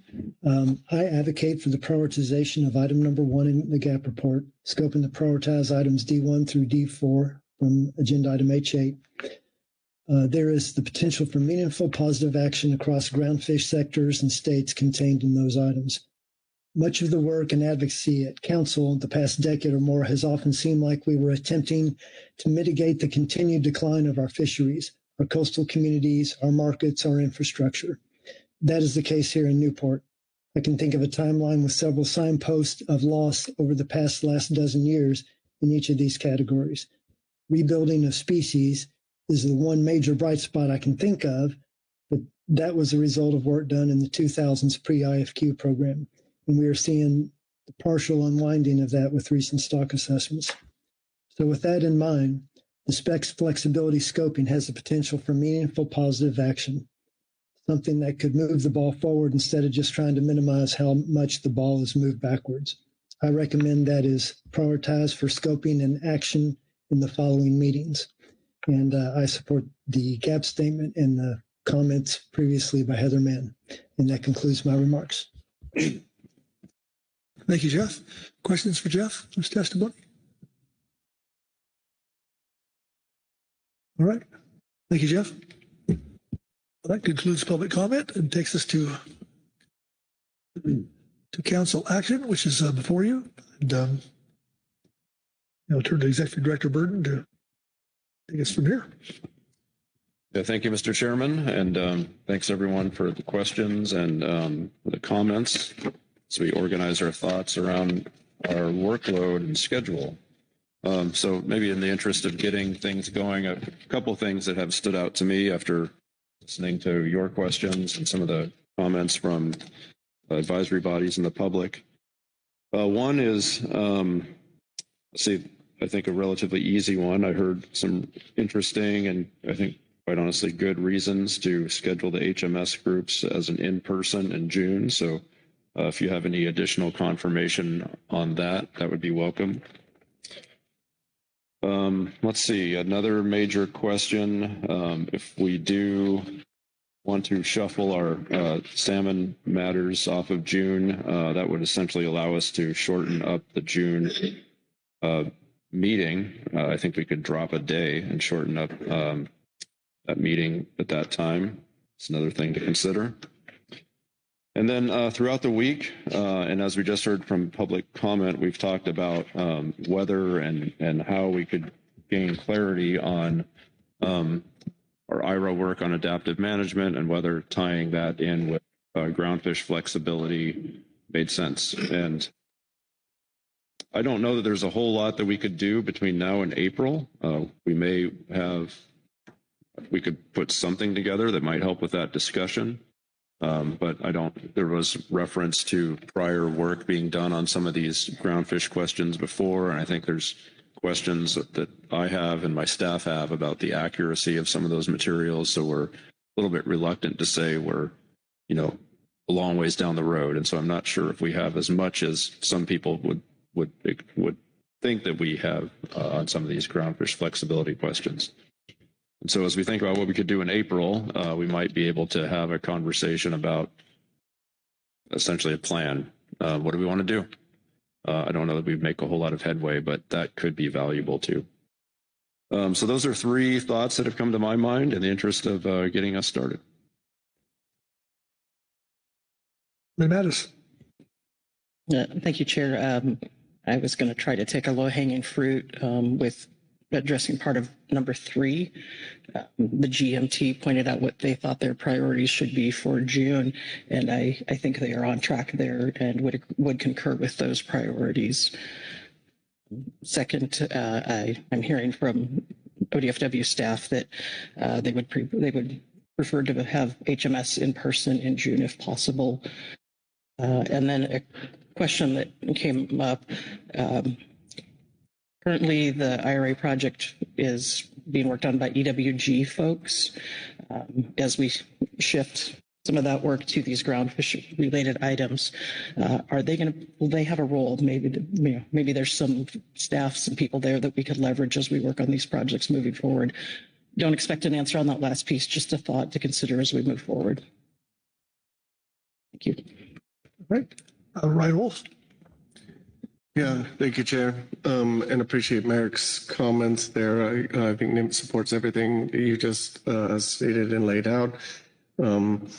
I did want to note a couple of things because you mentioned it in your overview before we went through the reports regarding the ESA workgroup agenda item for the June agenda. And yes, just to confirm what you said, we have modified some of our groundfish biological opinions to remove that requirement for the ESA work group, and said the tasks that have previously been taken up by this group could be just developed and presented publicly by NIMPS.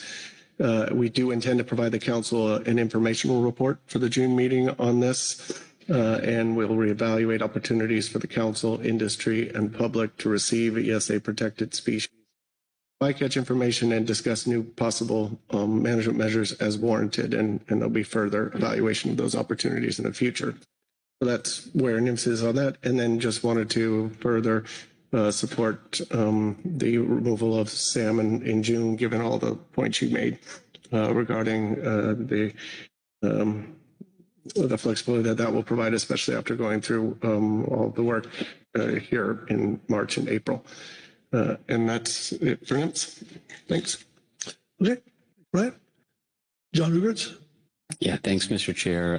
Going back to Ms. Mattis's comment and Executive Director Burden's comments regarding the HMS in June, I'm supportive of the AS recommendation that they meet in person. I understand their rationale. For the management team, however, maybe some clarification if you're thinking on having them meet in person. If NOAA staff are unable to travel, I see no purpose in having the management team meet in person because a large portion of that team is NOAA staff, and they might as well meet virtually if half of them are going to have to be virtual anyway. Thank you, John. Yep. Ryan? Yeah, just noting on that, it's not clear if that will be the case for NOAA just at this point. I take John's point, but it is council meetings in general have been just recently put in as exemption to travel. So we're still seeing what that will mean as far as the amount of participation. So there still is the chance that we would be able to have MT members there in person, but I don't know the answer yet. Thanks. Thank you, Ryan. Krista Smithson. Yeah, just to weigh in on the HMSAS request, supportive of that. I do want to note that I think we may have a pretty heavy lift for them. They've got 9 workshops for IATTC in and of itself between now and that meeting. We'll likely have recommendations for Northern Committee, Joint Bluefin Working Group, and between that meeting and the September meeting is also the annual meeting for ICAT. Or not ICAT, excuse me, ITTC. So that is a bigger topic than usual. And then additionally, we will have some outcomes from the few, which may lead to more further discussion. So not asking for more time, just wanting to really lean in on there. This is a heavier workload, another reason for being in person, and that they got a lot to do. Okay. Thanks, Krista. Anyone else? Okay. Director Bird. Oh, Okay. Sorry, this isn't anything specific to our April and June agendas or a year at a glance. The SAS report brought up some, or STT report brought up some concerns about workload, especially since I believe they've lost a pretty work-heavy member of their team recently. I know the ODFW STT members spoke to me this morning about maybe limiting some of the ad hoc work group work that happens over the next few months so that they have time to focus on their core duties. I don't know that the motion or specific guidance needs to be there, but I did want to bring it up since staff requested that I do such. Just to be really cognizant of the STT workload and what else we ask of them right now. Thank you. Corey Niles. Thanks, Mr. Chair. Kind of remembering the benefit of being there in person, but I've kind of what is the last, I don't want to jump around all these various topics, but I do have thoughts of what is the plan.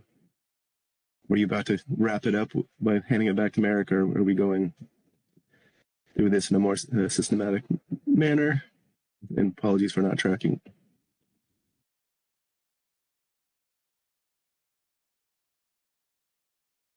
Corey, I didn't get that. I mean, as far as you had to fade in a little bit. So could you speak more clearly into the microphone?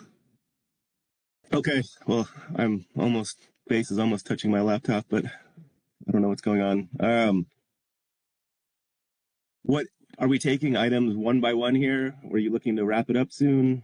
There's like at least 4 topics that have come up, and I wanted to respond to some of them, but don't want to do it if we have a more orderly way of approaching it.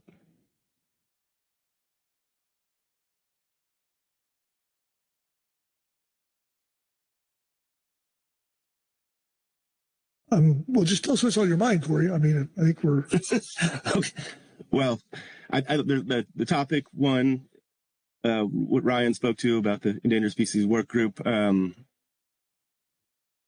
He phrased it in a way that we've talked about it with NIMS a little bit, but he phrased it in a way that sounded much different. But it sounds like there'll be an opportunity in June to talk about that. I don't know that NIMS recognizes the value of that group and it's had around the council. So I just wanted to note that, but it sounds like there'll be opportunity in June to do that. And the second thing, I don't know if we're going to talk about the April. First, I should say, I really appreciated the testimonies today from Heather and Ken and others, and Jeff. And as Heather spoke to, we agree that the flexibility topics should be a priority. I think we sent a very similar message at the conclusion of the gear switching items, that we wanted to move on, freeze the footprint, and move on to ideas that could really help in having having been part of the IRA project discussion through the budget committee and ecosystem work group, I fully agree with those ideas that they fit within that topic. And I think that the April meeting could really help with some scoping and maybe initial planning of how to take that up. And I didn't hear Merrick speak to it today, but part of the project one was to hire a consultant and increase our capacity to help here. So I do, just a long way of saying, I think that April opportunity, as the GAP and others have said, it would be really beneficial. And lastly, I had some ecosystem thoughts, but I'll just stop with those two and see if there's a response. Okay, well, Merrick was kind of going to summarize everything he had heard from everyone, so I think just make sure to get everything out there so he can do that. So is there anything else you got for us? Okay, yeah, that's why I was confused about you're trying to wrap it up. Well, I do want to speak to the EIS and EWG reports, and I think they got it. And I think on the PDO topic, I think the general way it would happen is that the science centers and they talk with the SSC leadership and they figure out what's doable. I know, as many have said, we're in a really uncertain situation here about what staff resources will be available. So I hope they will do their best to make that science topic review happen, and if possible, include the suggestions from the EIS and the EWG, and yeah, ultimately up to them on what they're able to do enough work on to make work worth presenting to the SSC. Okay, cool. All right. Thank you. Okay. Oh, Corey Writings. Thanks, Chair. I think I heard what Mr. Niles just said, but I'm going to put a finer point on the EWG recommendations, which is we had tasked them with doing a summary report around FEP Initiative Process 4. So they've asked for a flag for a meeting in September to do so. So just endorsing that. I realize that's still a ways off. And also, we also heard from them about an ecosystem status report topic review around the Pacific Decadal Oscillation and the issues that were brought forward to us around its oceanographic power as an indicator and what that means for the report, as well as science that goes into other parts of the council process. So just flagging, I think that is good to signal here that we agree that that would be a good topic for that meeting. Additionally, I think I'm mostly agreeing with folks around the table, but I just wanted to add perhaps a little bit of texture to this discussion about the groundfish flexibility and the connection with the IRA proposal projects. First, want to thank Merrick and council staff for pulling this all together after this week. I think these agendas look like they're on the right path to me.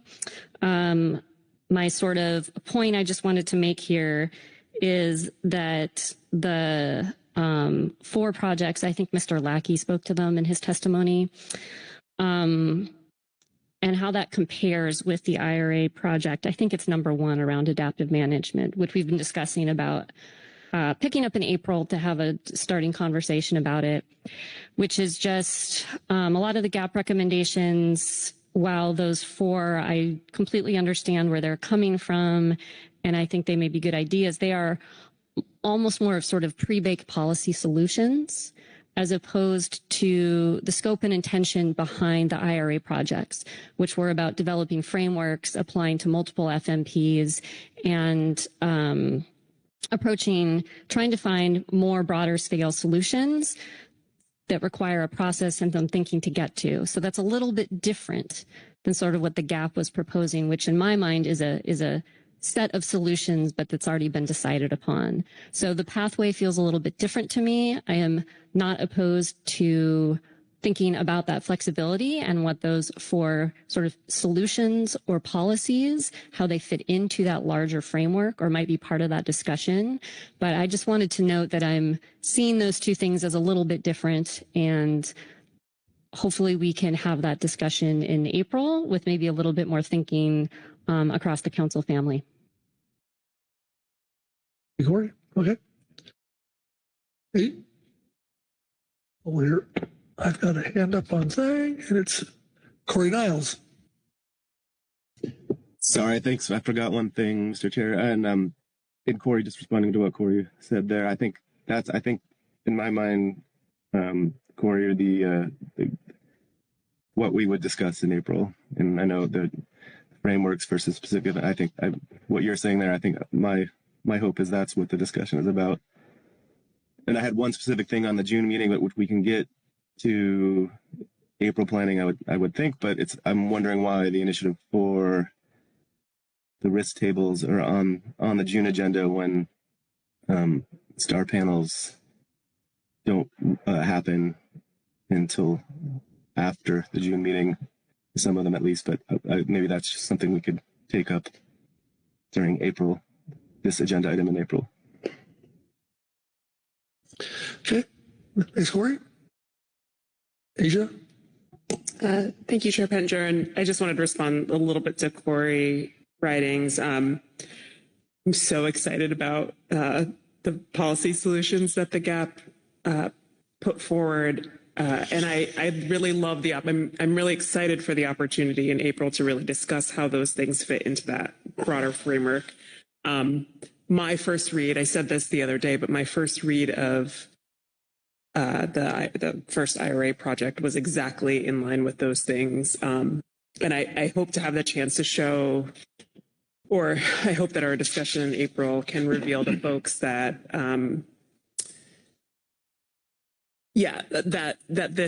that set of things is a suite. It could be part of a suite of a lot of other changes that might be really beneficial to create flexibility for fishermen around these topics. So I know that they seem like pre-baked policy solutions, but they're flexibilities in National Standard 1 that we've failed to take advantage of in this region. And so I think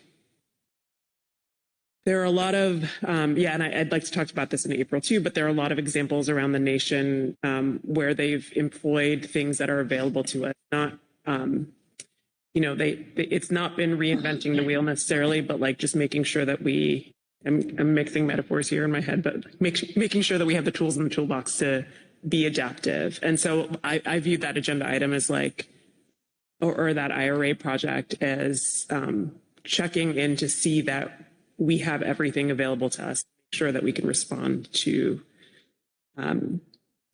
fishing communities. And so that, in my mind, that doesn't preclude pre-baked solutions. It just it's actually like an additional demand for us to look at the solutions that we have already available to us to move forward.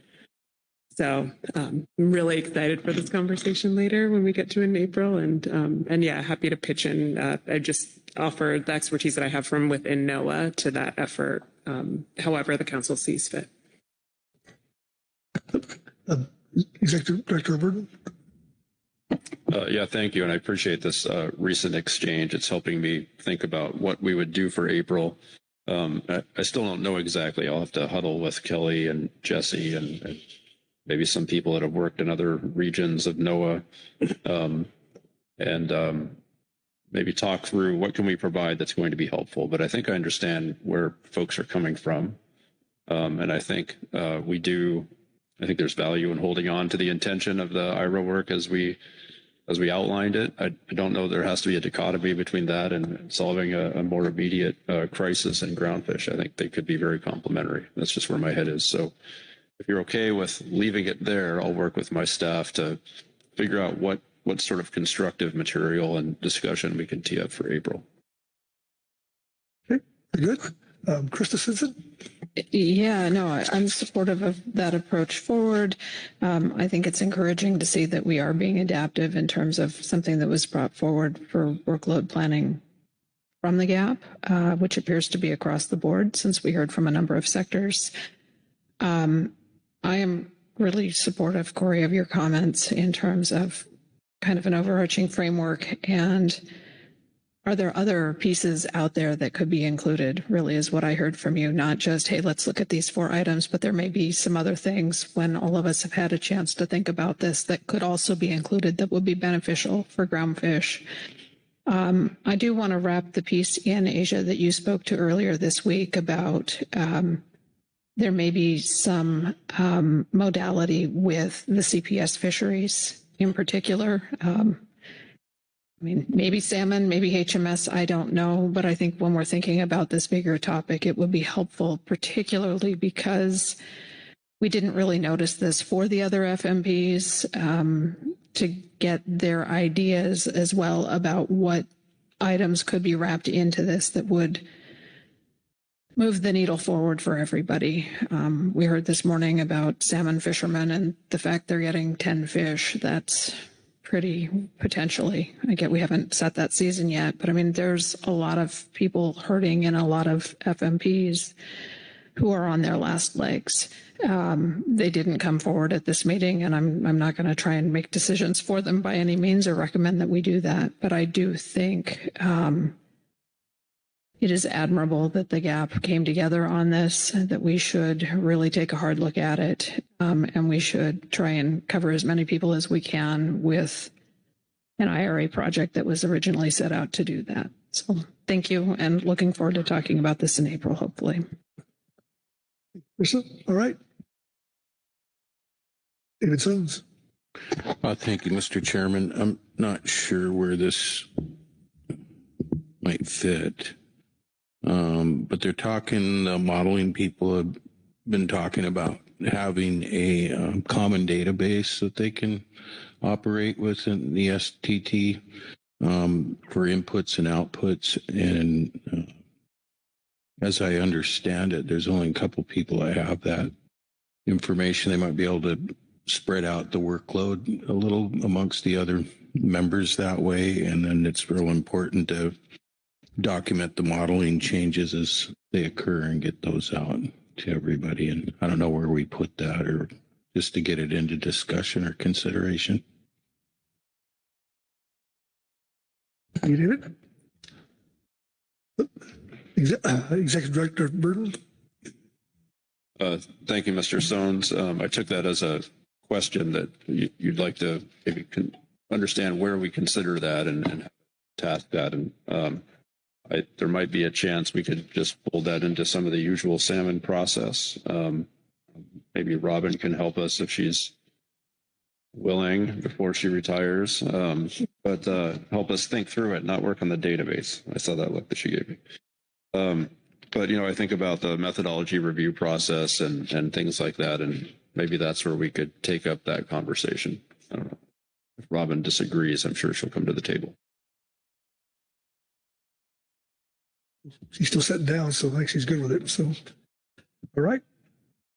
I don't see any hands on the screen or here on the floor, so turn to Executive Director Burton for a summary.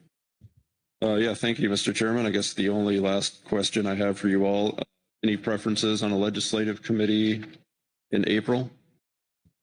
You think that's warranted?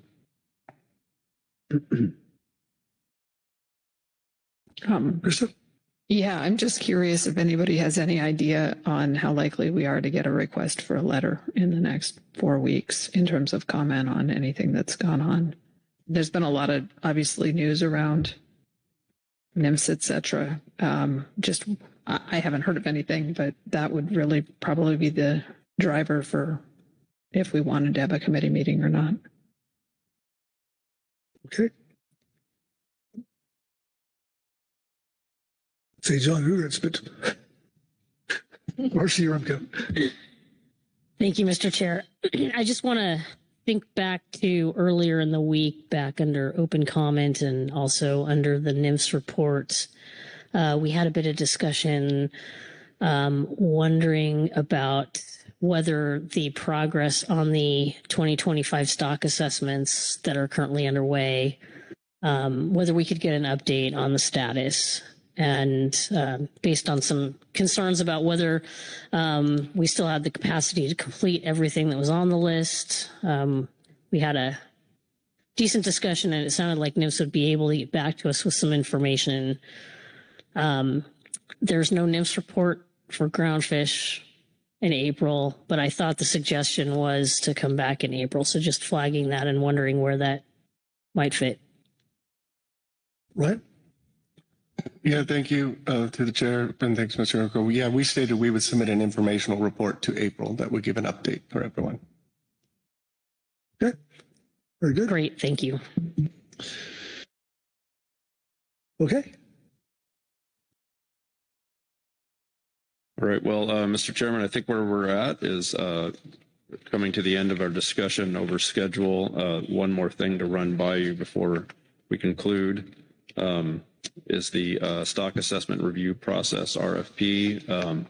That's also in your briefing book. And I think assuming you all are good to proceed with that, I'll hold until we have a congressional budget before executing on that project, I think. But otherwise, I'd just be looking for a head nod from you all that you want to proceed with that work. So hold that thought in case you need to think on it for a minute, but let me try to summarize where I think we ended up here with scheduling. So starting with April, very few changes for April. I think Ms. Svensson's question, are we going to get any questions? I don't know. Maybe we'll hold that as long as we can, and if it looks like a legislative committee is warranted, we can put it on our schedule for April. Let's see, otherwise, the revised April agenda is pretty well set in June, so we will proceed then with moving Salmon off of the June agenda. We'll have the AS in person, HMS AS in person. I think the default is to also then have the MT in person unless there's some travel restrictions on the NOAA side. I thought that observation was a good one. Let's see, other topics for June.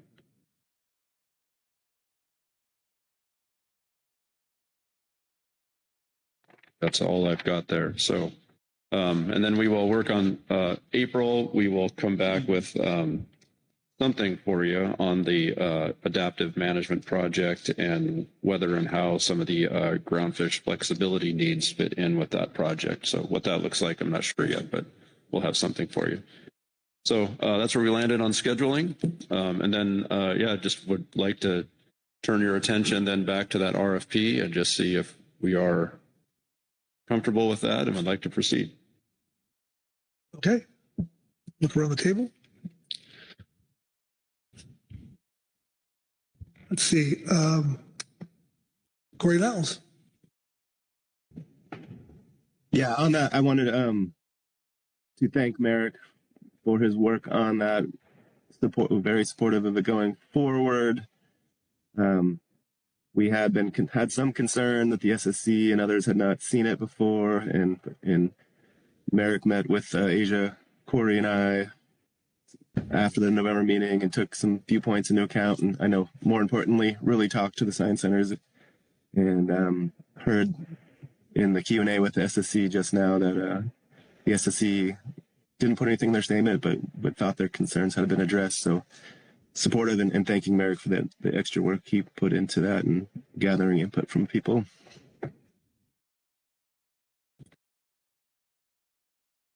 Thank you, Corey. All right. No, I think we're good. It's me, Merrick.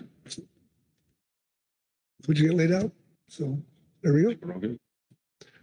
Okay, well, outside of thanking staff for doing a great job running this meeting. I mean, pretty tough. All the hybrid stuff going on. Hats off to the IT folks back there in the Tower of Power. Anyway, fantastic job, everyone. And we'll see you in April. And with one more thing we need to do. Chair Gromnick, or my former chair, Vic Gromnick. You had it right the first time. I move that we adjourn this March 2025 council meeting.